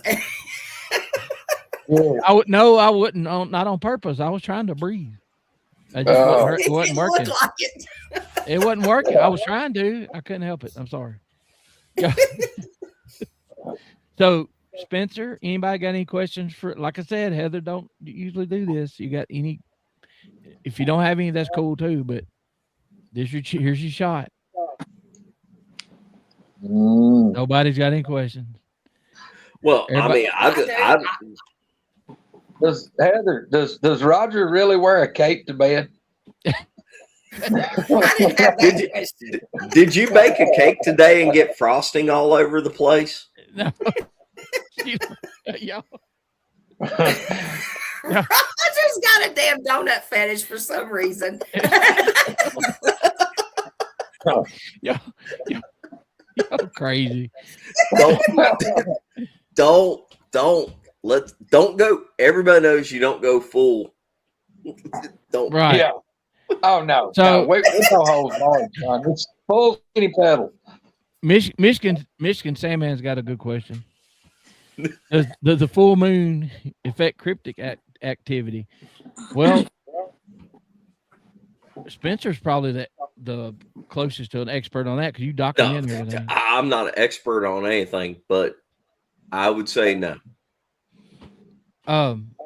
Now I will say something from that earlier story when Greg and I were talking about it, and I told him which way that thing was coming from. It was coming from that, I guess you call it cave opening. It was raining that day, so that might be a good time to go back down there sometime, Greg, with some people when it's raining, see if it was taking shelter.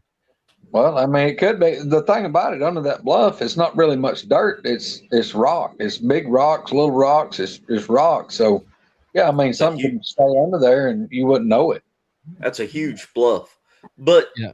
then again, at the same time, though, I mean, you could have something that takes shelter. Like if you're talking about the bluff that's on Greg's property, Yeah. something could be taking shelter because of a tornado, or because of a downpour of rain, or in the winter, maybe if they back in the little, tiny corner of it, maybe to gather body heat or whatever. So, Yeah. I mean, you don't really know, but I'll say this on the moon phase question thing. I think it's more the seasons of the year. And if you ask the people that have them Yes. on their property regularly, I think it's more about timing. It's not the moon phase, it's the seasons of the year and what the weather conditions are and what the food sources are. And that I know when we've been out, when it's hot and stuff, we don't have much activity at all. Well, and like what Ken just said right there about like Flat Rock talking about during the half moon thing. But is it because of the moon, or is it because of the phase of the moon, or is it because there's less light?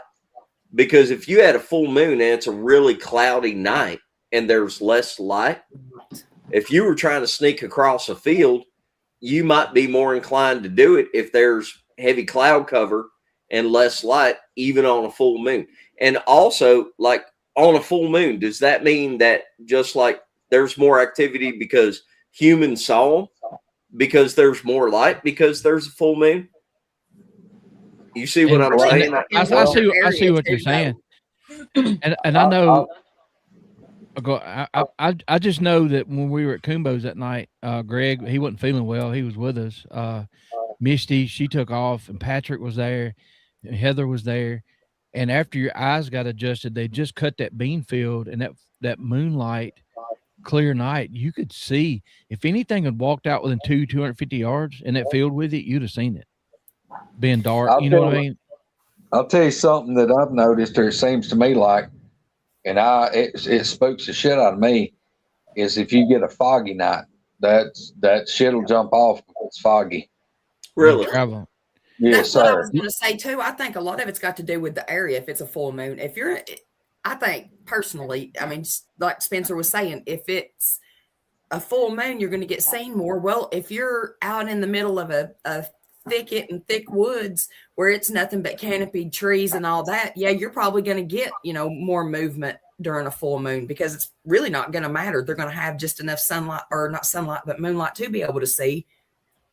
And the weather, all that, it was full moon, like you said there. But the reason I walked off is because where Spencer caught that on the thermal, I was hearing calls from back there. That's why I walked off, because Kumbo and everybody was sitting around the fire talking. And I tried to walk off where I could hear what was going on, and, was just trying to listen and see if I could get, anything to respond back or whatever.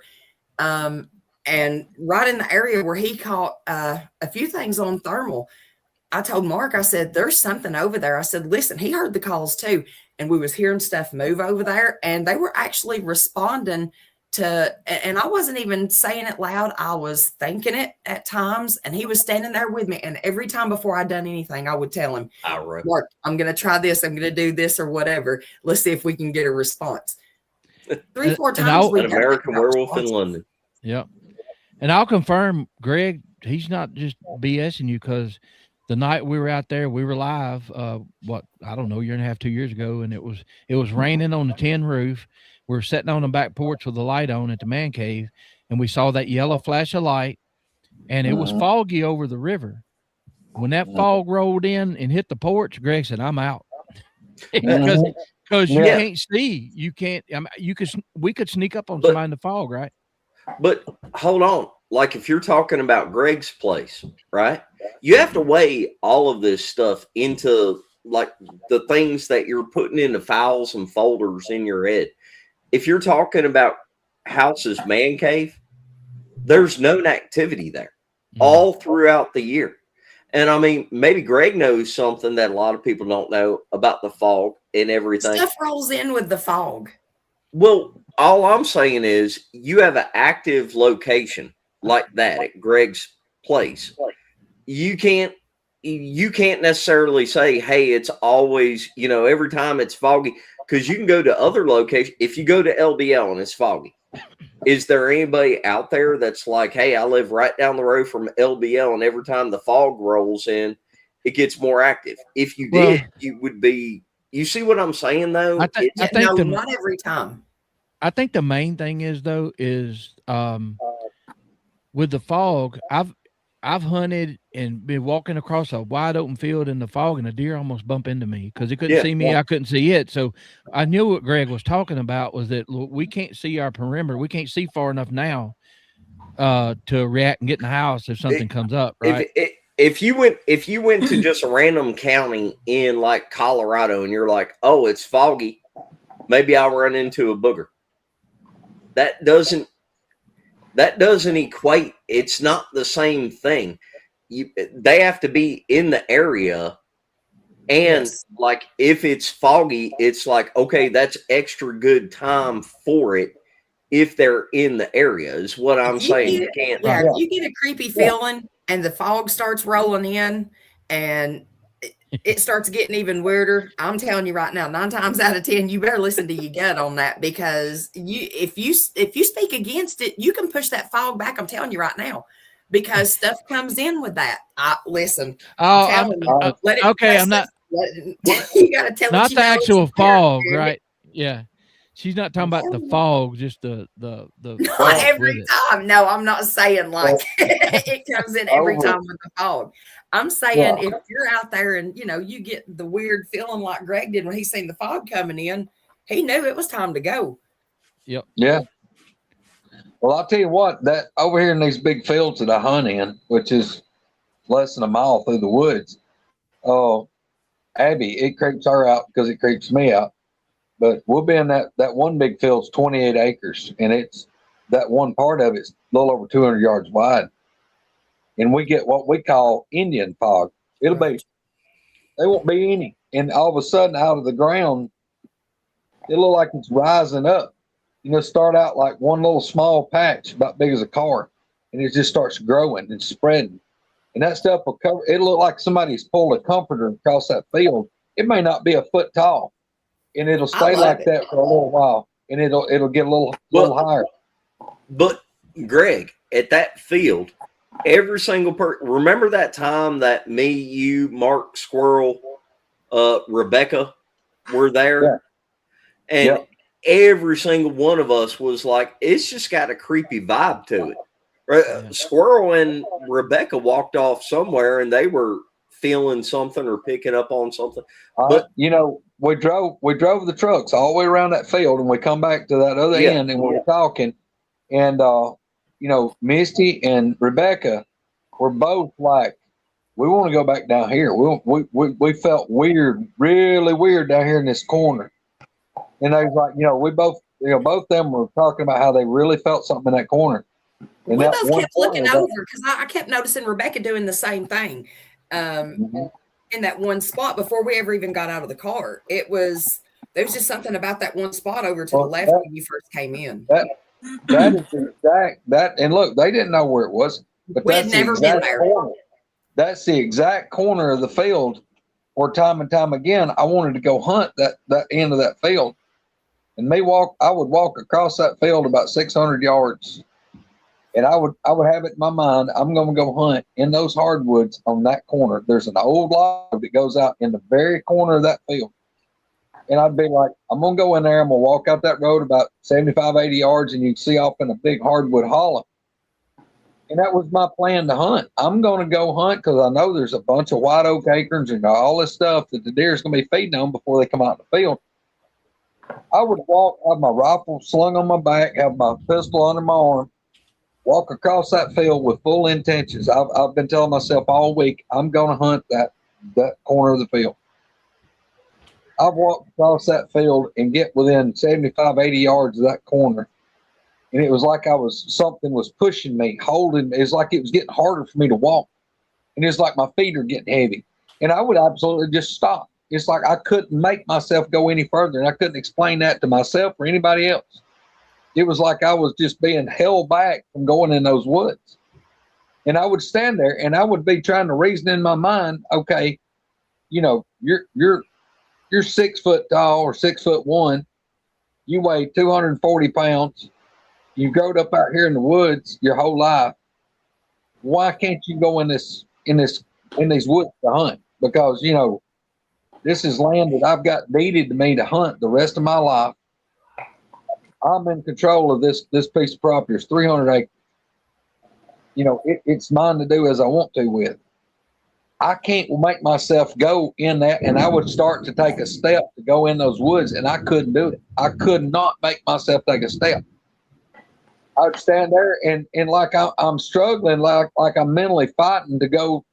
Okay, I'm going in there, and it's like, no, you better don't. And I'd give up, and I could turn around and walk 200 yards down the wood line, back away from that corner. I could get in the shooting house to stay till dark, but I couldn't make myself go hunt in those woods. Could not do it. Can't. It's hard to explain that to people, Greg, until you felt that. But dude, that is the exact corner. That's the exact corner where that road goes out.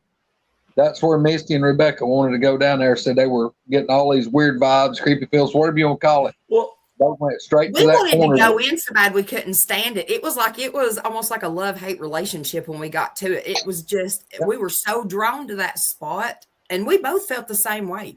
We were so drawn to it, but at the same time, we knew not to go in there. You know, it was almost like beautiful spot. I mean, it almost looked like it was cut out like something in a secret garden or something. What Roger just said and what Greg was just talking about, the creepy feels, where it's something so physical, so whatever the word for it's heavy. Where you can literally feel it. I mean, it's not something just in your mind. It's like something oppressive on you, and like all of your senses are like, whoa, no, don't do that. You best don't, you know, it's bad. Don't go there. It's that right there. That's one of the things, whenever you hear somebody describe that, that's one of the things where if you've ever been there and experienced that in person, in real life, it's hard to express it to somebody else. It's like talking about the yells or the screams or the smell that a booger gives off. It's hard to describe it. But shut up, squirrel. But the creepy. I never got that if you hadn't corrected yourself. Shut up. The creepy feels is a real thing, though, and you don't understand it unless you've experienced it firsthand. Exactly. And it's like a physical thing that will make you stop. Well, but you know what, though? This is what's so weird. And this almost kind of makes me question if they can manipulate how they make you feel. Because look at how Greg felt, him being a man, and look at how me and Rebecca felt with us being women. You know what I mean? It was a totally different feeling. He wanted to go in and hunt, but he knew he didn't want to go in there. Me and Rebecca wasn't like that. We knew we better not go in there just because this wasn't the area to go back in there. And you kind of got a feeling of you definitely want to be in there, but at the same time, it's almost like that feeling was being I guess projected on you, if that makes any sense, because you could still feel underneath like, you know, you didn't want to go in there, but the feeling of this is beautiful and I'm drawn to it, I want to go in here, was stronger, but we knew not to. And I've had that happen a lot of times in places that we go. The 2 or 3 times that I've felt it the strongest, I would compare it to like feeling static electricity. You can tell there's like something in the air, and like it's like it wasn't there, and then a switch goes on and you can feel it, and then the switch goes off and then it's not there anymore. But it's like a buzz. You can feel it. It's something tangible. That's what I get whenever I'm nervous in an area. Like the dentist's office? Not the dentist office, no. The dentist can tell all kind of stuff about you by just looking at your mouth. Apparently. Man, I can tell y'all some stories about some stuff about the dentist apparently that I had no idea about. Things you learn on your shorts on TikTok. So I want when you feel that what Greg's talking about, while it's happening to you, your mind's still clear and it doesn't make sense to you. You try to talk yourself. Yes. You try to like, this doesn't make sense. Go. You can't do it. Quit being a punk. Go. You can't do it. It's a feeling I had when it first happened to me, and Verax, I think, has had this happen. I had the feeling that if I went forward and stepped into those woods like 40, 50 yards away, whatever it was, I wasn't coming out. Yeah. I don't know what that was. Wonder if that's why you felt like you did versus how Heather felt. You know what I mean? Like, so I wonder if sometimes it hits men worse when there's women around because they're trying to push the men away, but draw the women in. Well, maybe, but also is it the angle that you're standing at? Like whenever Greg was talking about, you could hear it hitting one side, but if you turned another way, is it infrasound? The only time I ever thought that I got zapped, I went from, I'm not talking about the static electricity where you can feel like there's something there. I went from everything was normal to completely confused and like scared for no reason and like didn't know where I was. And all I knew was I needed to get my ass out of there. Those are different things. But if you're talking about like the way that they can affect you, Greg, who were you with? Were you with Troy or someone else when you were staying there and you could hear it on the one side? And then if you, that was myself and Troy. Troy was standing, me and him were facing the same way as Cheryl Horntussle was facing us, you know, so it's me and Troy looking at Cheryl. And, you know, I thought I was having inner ear trouble. It was like this high-pitched squeal in my right ear. And Cheryl's he's facing the opposite direction as me and Troy. And Cheryl, he would like rub his ear and he'd shake his head and he rubbed his ear. He said, "Are y'all hearing that?" I said, "Hearing what?" He said, "That high-pitched squeal." I said, "Yeah." I said, "I reckon my inner ear's messed up or something." He said, No. So he said, "What are you hearing?" I said, "It's just a super high-pitched squeal. It was kind of like a beep." And I said, "Yeah, I'm hearing that." And Troy said, well, I'm hearing it too. And we're standing there and we're looking at each other. And about that time, I turned around and like looked behind me. When I turned my head, I turned it back and it changed ears. Like when I looked the opposite way, it went into this ear and this ear quit. And I looked at Troy. I said, "What?" I said, "Look," I said, "Are you hearing it in both ears or one ear?" And he said, "I'm hearing it in my right ear." I looked at Cheryl. I said, "What about you?" He just kind of gets this weird look. He goes, "Well, I'm hearing it in my left ear." I'm like, "Turn around." Like Cheryl was hearing it in his left ear. When he turned around, this ear stopped and it started in this ear. As long as your ear, like your ear canal was pointing in that one direction, that was the ear you could hear it in. So we stand there and we're like looking this way. We're look this way. And it's swapping. It's just like you might as well have been covering the ear up or, you know, one or the other. And that was that. I don't know how to explain that to anybody. It was like a directional. It'd be like if somebody was shining a laser and making your ear hot. The one that That's was hitting exactly was the way it done me at your house. Remember? Whenever I walked out on the back porch, I was talking about how sick and nauseous I was. And as soon as I turned around and looked away and faced the door to going in the man cave, my stomach started feeling better. And it done that every time I turned around. I would feel like I was going to start throwing up and I'd turn back around and it would quit. Well, let me ask you I'm sorry. Go ahead. I was just going to say, look, if y'all will remember back in this spring, probably March or so, it done it to me twice, like a couple of days apart. One time I was coming up on the porch and got right here and it done it. Mm-hmm. And the other time I was on the back porch and it done it. I remember you saying that. Yeah. It will nearly buckle your ears. It's like somebody's took something and went in and like mashed your eardrum. You're like, golly. But the first time it done it back in the spring, I was out there at my Connex building, and I got the dogs started going crazy at the neighbors. And I started listening. I was on high alert. I thought, well, those dogs went crazy for something. And before I came back out of my Connex building, I was like critiquing, looking around, like, and I shut the door. And when I turned to close the door, and when I turned, it was hitting in the left ear. And y'all, I'm not kidding you. It's so bad you want to just drop your head and hold your ear.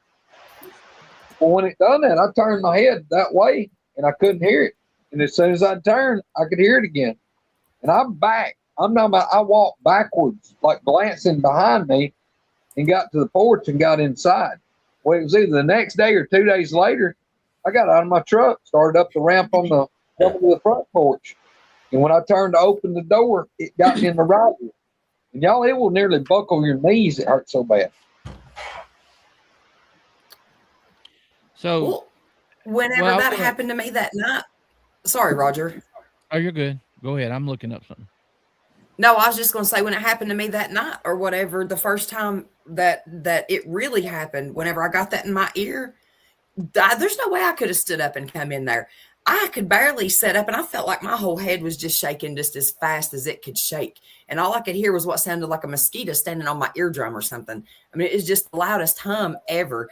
And I know y'all know what I'm talking about, the scary movies. Whenever you see something come running at you and it looks like it's like vibrating as it's coming towards you, that's exactly how I felt. Well, I was laying on the pillow, and I felt like my head was just literally bouncing that much off the pillow.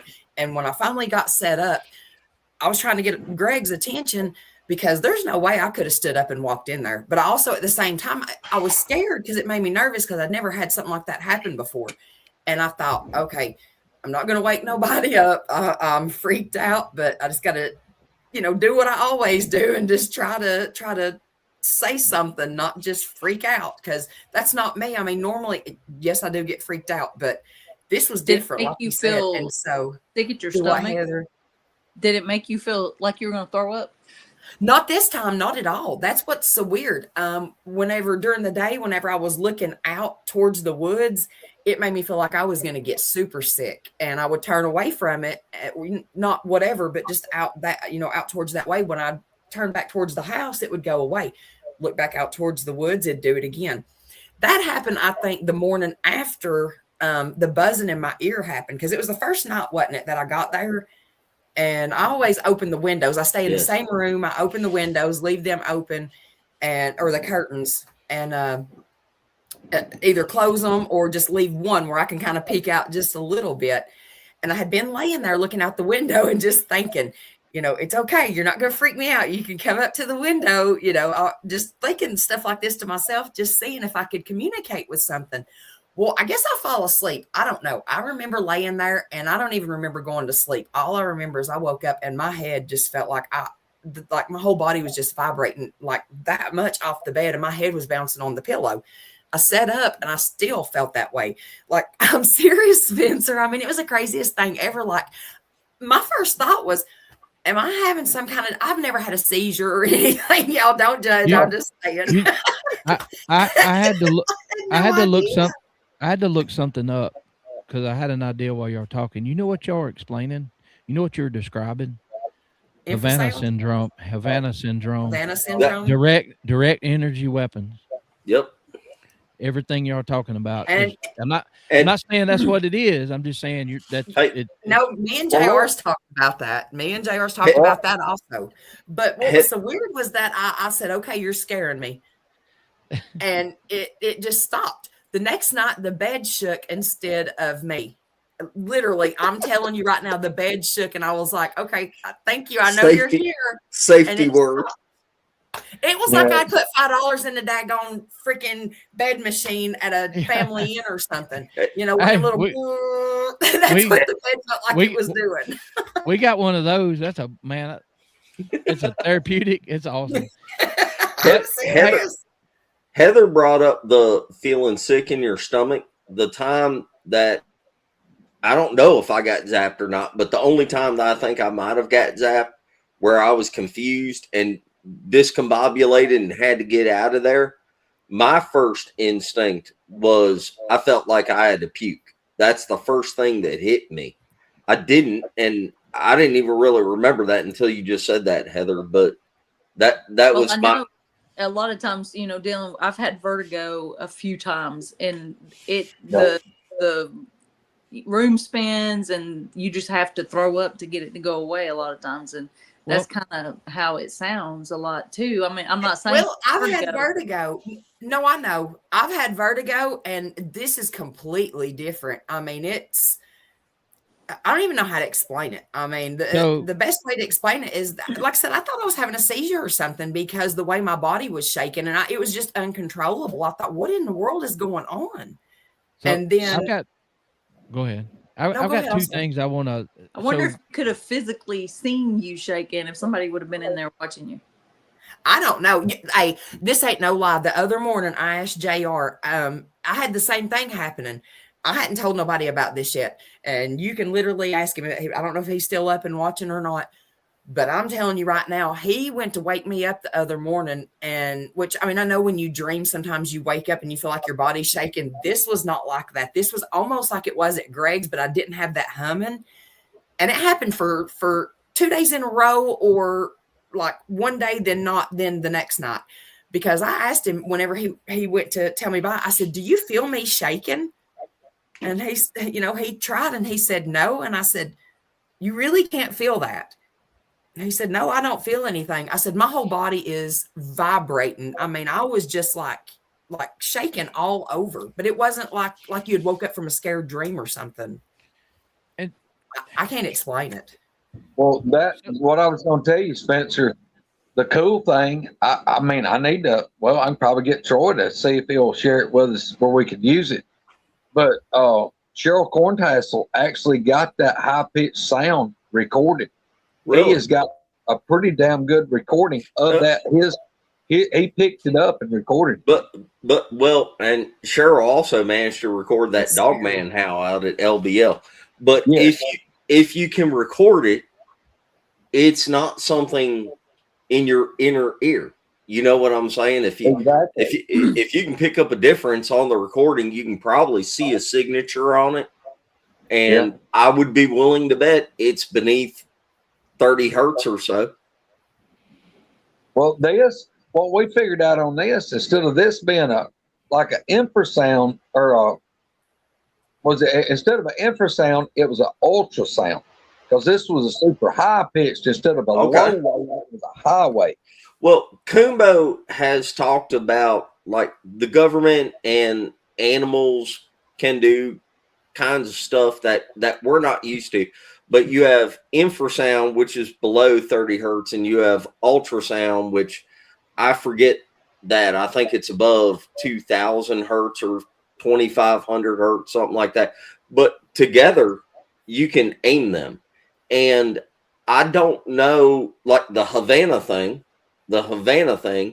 is probably one of the governments using infrasound and ultrasound directionally and bouncing it off of each other to guide where it's going to hit.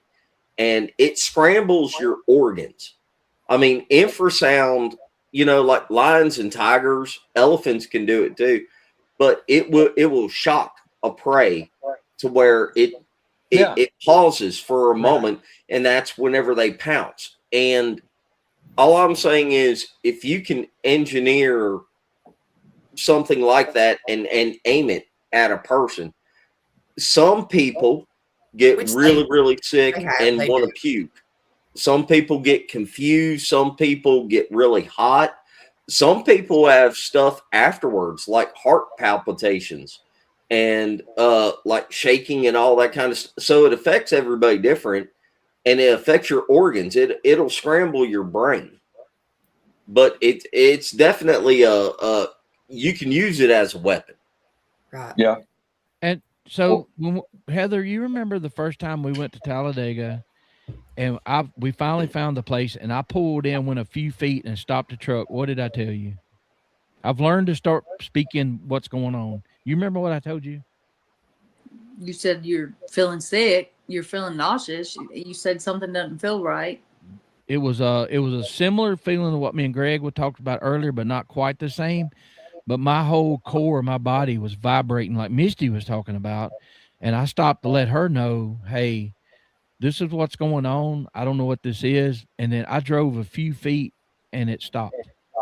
So have you experienced that? Has Heather experienced anything like that? Mm-mm.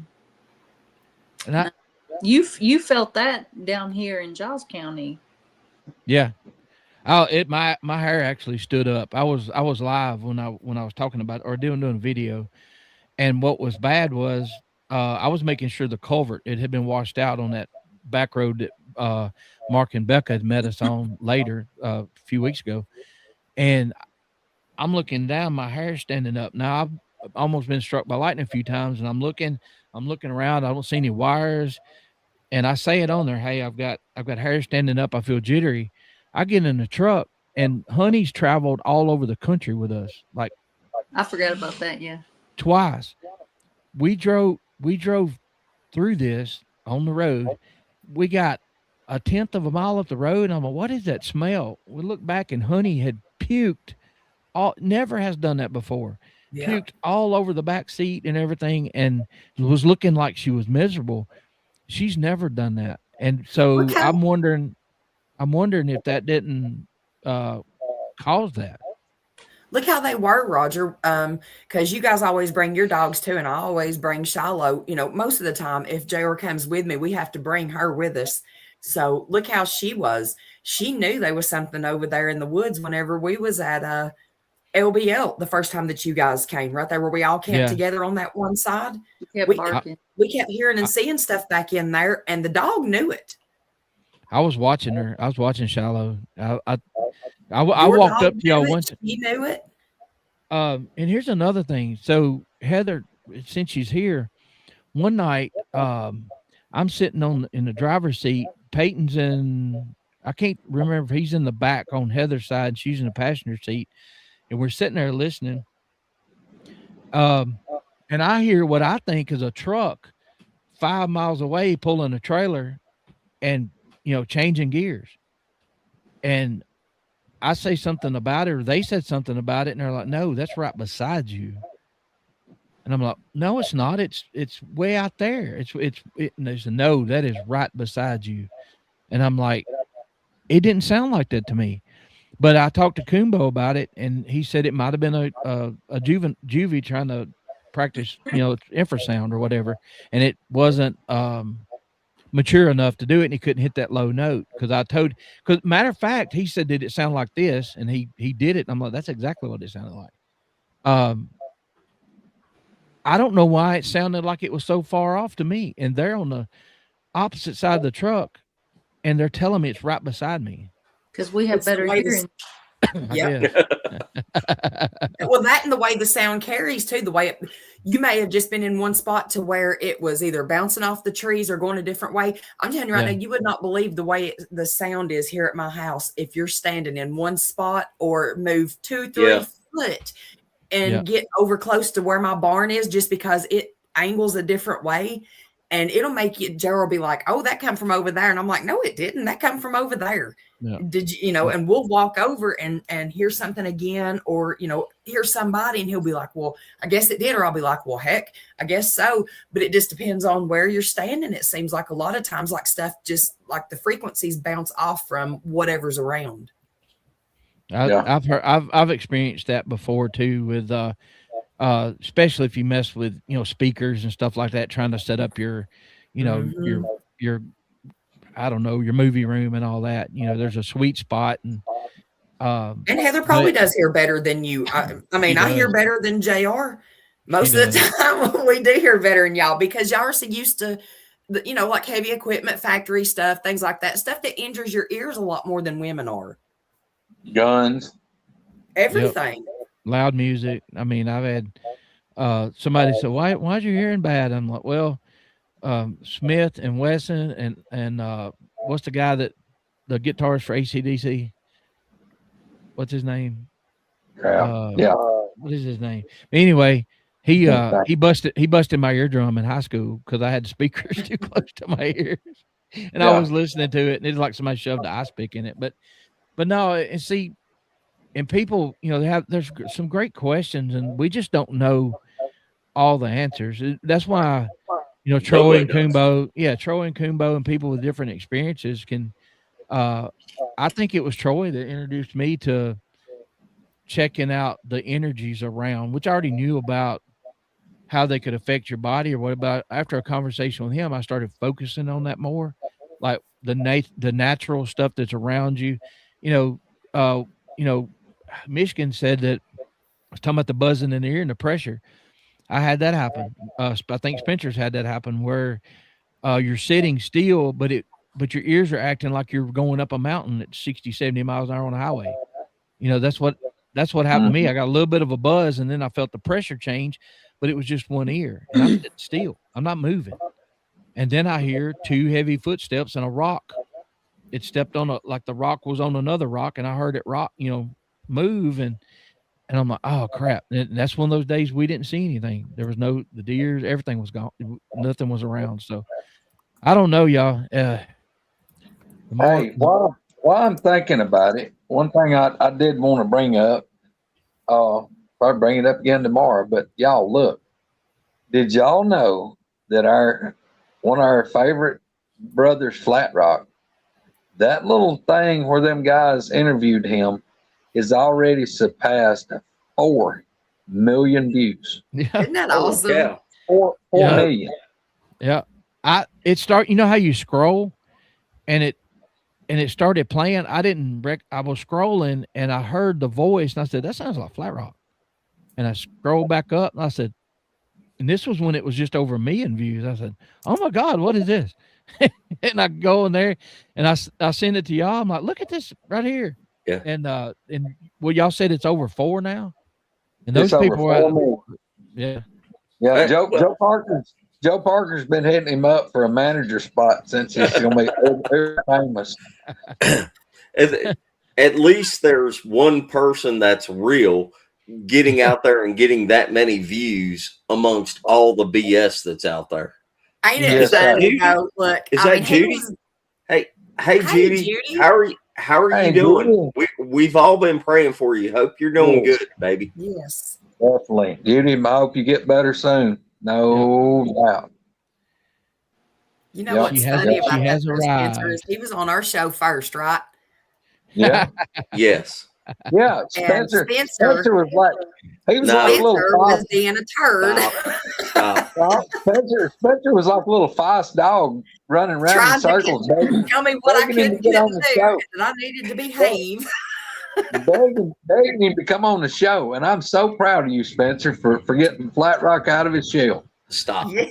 It wasn't me. Flat Rock did it. I'm proud they did it on our show, but it wasn't me. It was Flat Rock. It 100%. Yes. I'm telling you right now, they ain't many that's better than Flat Rock. I don't care what damn nobody says. And let's tell you something, you better believe it.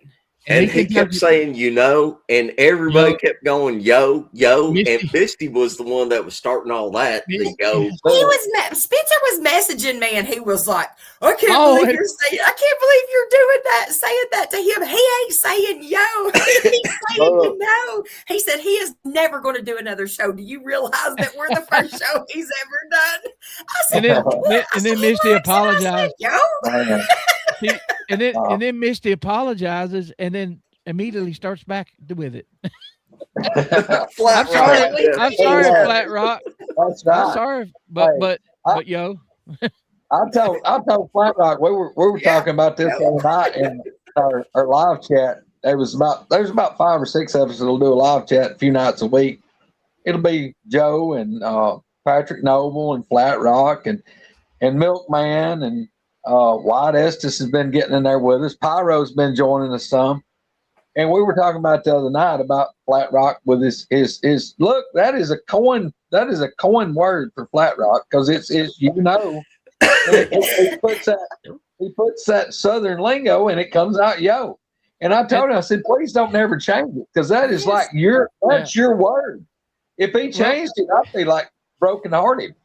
Well, that's what I heard that's what I on the told him. I said, I video. wasn't making fun of him at all. I said, I think it's awesome. That's like Mark Green when what is it he always says? What is it he says? I absolutely love to hear him say that. And I'm not making fun of him. But Flat Rock, what channel is that? I followed them. I don't know. They're out of Louisiana somewhere. It's the something. What is it? It's not the unknown. It's the nothing podcast or something. I can't remember. Flat Rock, maybe he'll put it on there. We talked about it. It was surprising to them too. I saw the guy say, "Hey, we didn't think this was going to take off like it did." Yeah. What they say, look like Machine Gun Kelly. Well, I mean, I think a lot of people hear Flat Rock speak. It's just, it's like a bunch of people that are in the field, and they just understand that that's a genuine person talking about real things. Yeah, y'all. Whatever Flat Rock tells you, if you could tote that to the bank, they would deposit it. They know it's solid. It's there. And another thing I found out. So I don't know if it was Monster Quest or one of those shows that Doug did. I remembered this, where the one that was in South Alabama and the Bigfoot bumped its head on the overhang. Y'all remember that interview out on the porch and it was out in the country? That's not far from Flat Rock's house. Really? Yep. That the person, I think it was a lady, and or a guy, I can't remember. But when it stepped up on the steps, it popped its head on one of the 2x4s that was under there on the rafters. And shook the place.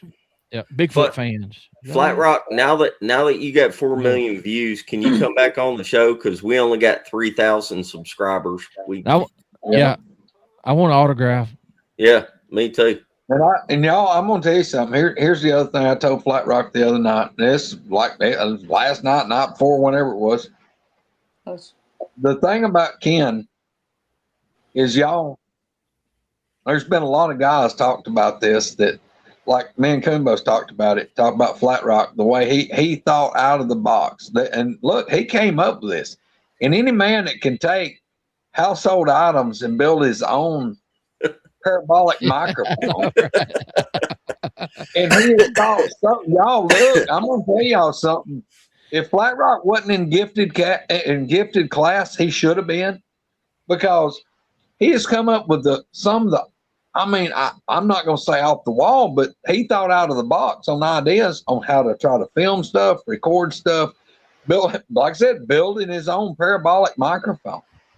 That, y'all, break it down. And like where he decided everybody else wants to put the cameras up here looking out. No, hell no. Flat Rock puts the camera way off down yonder looking back at his house. Yes. That's where he catches the one, you can see it down the side of his house or his mom's house, whatever it was.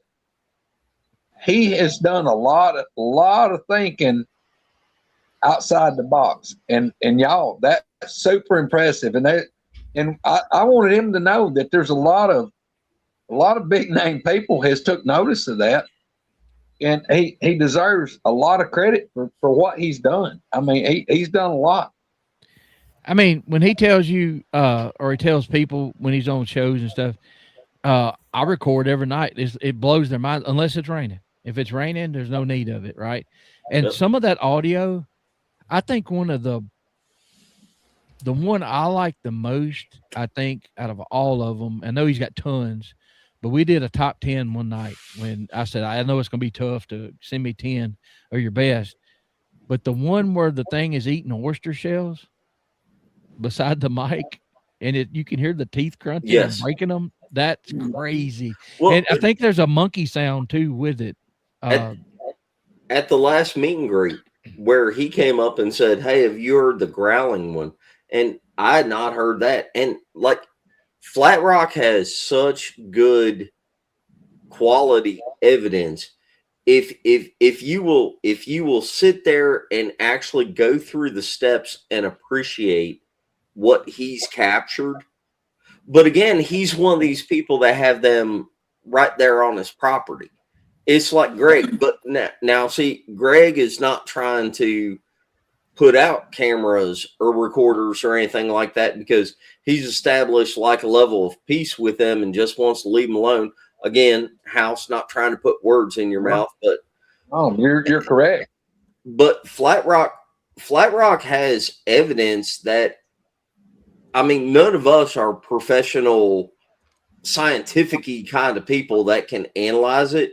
But if there was someone to go get the evidence from, if you were going to analyze the videos and the recordings, Flat Rock is in the top 10 of everybody out there that has captured a lot of really, really good stuff. Yes, sir. It blows my mind, y'all. And look, that goes back here. Here goes back to the thing. For me, this is what stays in my head, that these things are attracted to certain people for some reason. I mean, Flat Rock was coming back from the LBL last year, and his truck messed. He's going to stop by and see me because he wasn't going to have to go but about 20 miles out of the way from the interstate to here. Well, right before he got to my man cave, his transmission went out. Well, he makes it here. And it was later in the evening, and, he planned on just stopping by for a few hours and resting and going on back, 4 hours home. Well, I told him, I said, brother, don't worry about it. I said, look, just wait. We'll get something done. Somebody come get you tomorrow. Just spend the night. I mean, there's 3 bedrooms. Pick one. So he wound up spending the night. His brother came, got him the next morning. But about probably 11:30 or so, we're doing a live chat. Flat Rock's sitting over here in like this chair. I'm sitting in my recliner over here. We're doing a live chat amongst like the guys I was talking about a while ago, Yarrington and me and Flat Rock, Patrick, Roger. Well, because me and Flat Rock are in the same room and we're 10 feet apart, we were getting a feedback. We were getting an echo. Well, Flat Rock goes, I'm going to go on the back porch and sit, and I'll sit out here, and that way we're not in the same room. Well, he goes out the back door and goes out there. I said, look, turn the light on. Well, he goes out there and apparently didn't turn the light on. He's sitting at the picnic table. It's a 12-foot long picnic table. And the picnic table likes about 2 feet bend to the end of the porch by the steps. Y'all have all sat at it. All right. He's sitting on the end away from the porch. Flat Rock stays out there 10, 15 minutes. Well, I hear him say something like watching him on our chat like this. Well, next thing I know, the door opens and I hear it shut and I hear it locked. Well, he comes over and he's standing at the opening coming into the living room. I looked at him. I said, brother, what's wrong with you? And he just kind of like shakes his head. He comes in here. He goes, like points with his thumb. You got a booger outside in the yard. No shit. I mean, it's just pretty much for fact the way he said it. He's got, you got a booger outside in the yard. And I'm like, what? Didn't you say like, Flat Rock, you okay? And he said, Yeah, but this booger had walked up. It walked up to the end. Look, by the lights that I've got outside, I got booger lights. The front of the cabin, the back of the cabin, and the end where we park is lit up decent. You can see, we got ambient light. There's no ambient light. There's no light at all on this end. Nope. That's where that thing came out of the woods and walked up, which the trees come right up to the cabin. But where the wall stops and the steps come down and Flat Rock's sitting up here on the porch, like I said, 12, 13 feet from the end, that thing walked up, stayed in the dark, and walked to the corner where basically if it had done its head around like this, it would have been looking straight at Flat Rock, and it was breathing. It didn't do anything like aggressive, but that's what he was talking about. See there? Sucker got too close. But these things sound like a racehorse that's just run a race, and it sounds asthmatic, and it's just this big, deep breath, and it's breathing in and breathing out. And he's sitting there listening at it breathe. Well, he got up and moseyed right back in the house and shut the door and locked it. He was a little pale. He told me, he said that spooked him bad. He said of all the encounters Flat Rock had, the way I understand, that's the closest physically that he's had one come up to him. I said, look, dude, I've had them come within 6 feet of me. He's up here. If they can be hid, they're going to get close as they can to you. Now you know why we make Misty sit on that end of the table. I won't by the door. Yeah. And Misty sleeps on that side of the cabin. Owl's had a siding right there. Troy has had a siding over there. Kumbo has had a siding over there. It's always on that side. Yeah. Billy found footprints. At the next morning. Remember, I had left the curtains open or whatever, and something had come up on that side of the house. Him and Troy both found footprints out there. Well, you and I saw the footprints over there by that Connex building that he's got right there on that side. Hey, y'all, Roger, everybody, I'm going to jump off here. I'm way past my bedtime. I got stuff to take care of.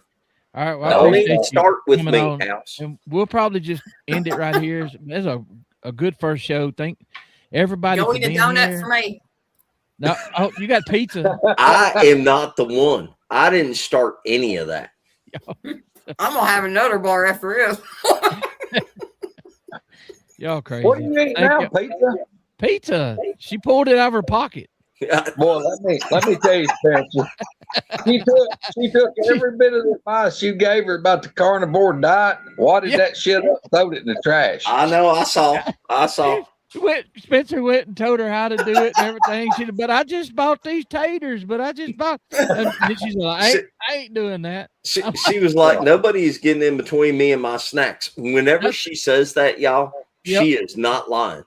That's the only time I've ever heard her agree with her doctor. That's some UP5 stuff. She will shank somebody in a heartbeat. Yes, sir.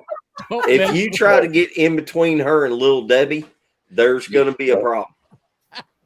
Yeah, Little Debbie's my girl. Hey, UP5 for life, baby. Look, we decided she's got a tapeworm as big as an anaconda, and I named it Fred. I named it Fred because I'm all the time talking about Fred's hungry. Yeah, look, Fred fights back. Me and Greg have diabetes. And diabetes.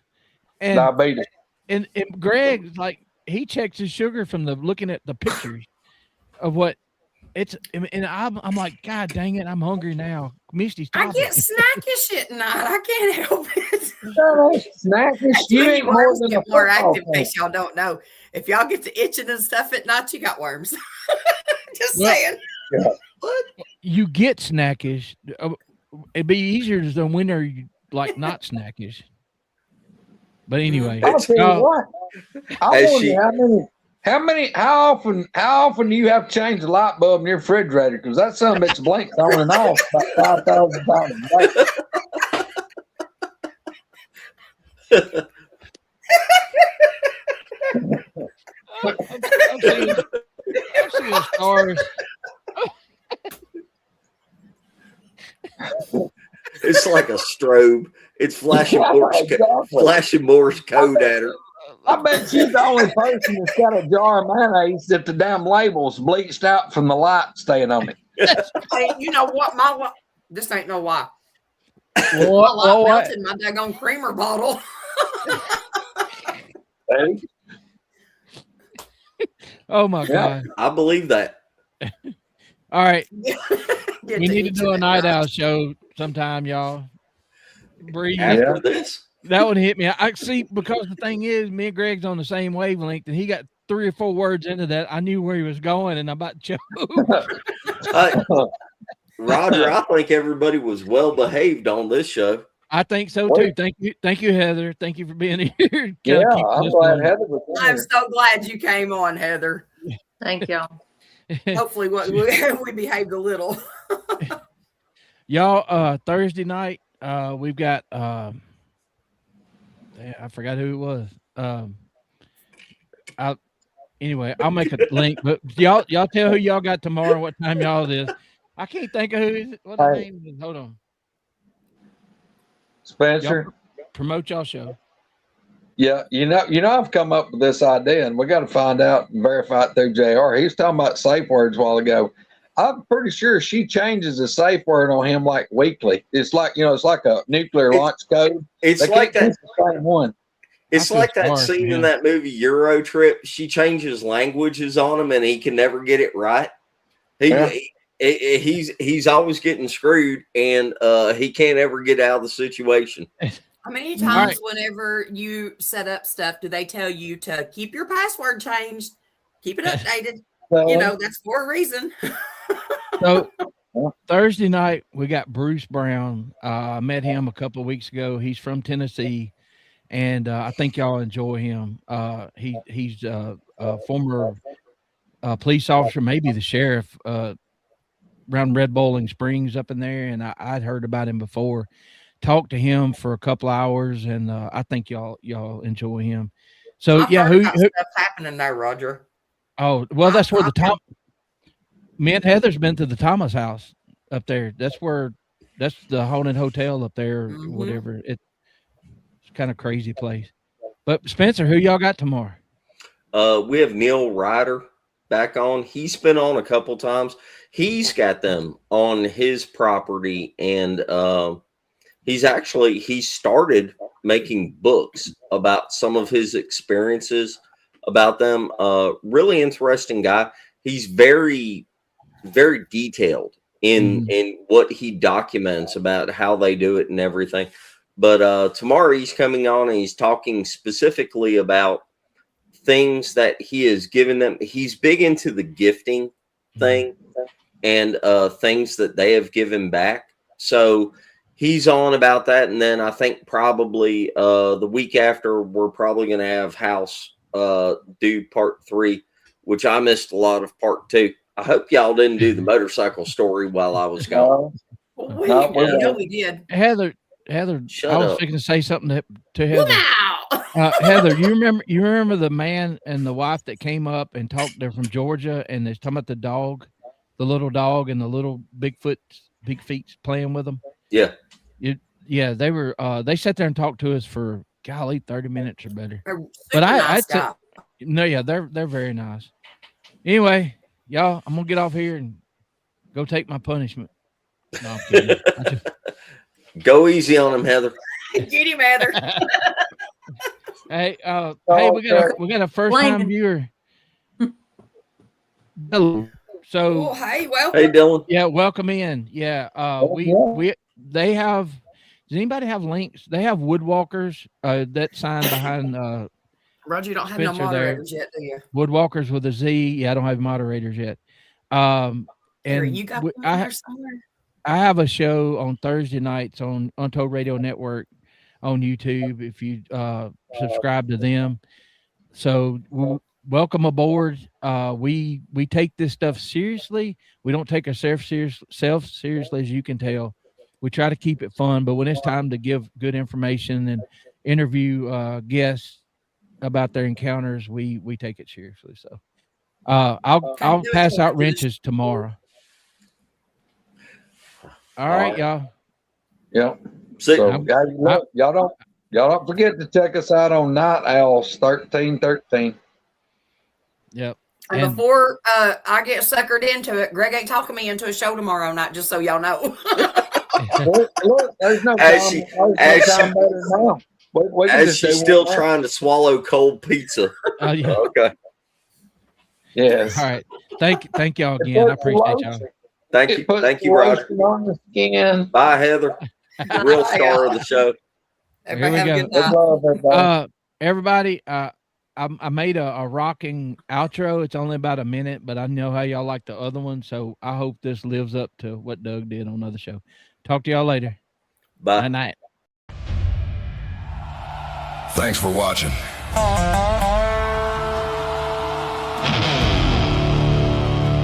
If the woods go quiet, keep your head on a swivel. Show respect for the woods and everything that calls them home. Until next time, this is Squatchin Holler. We'll see you down the trail.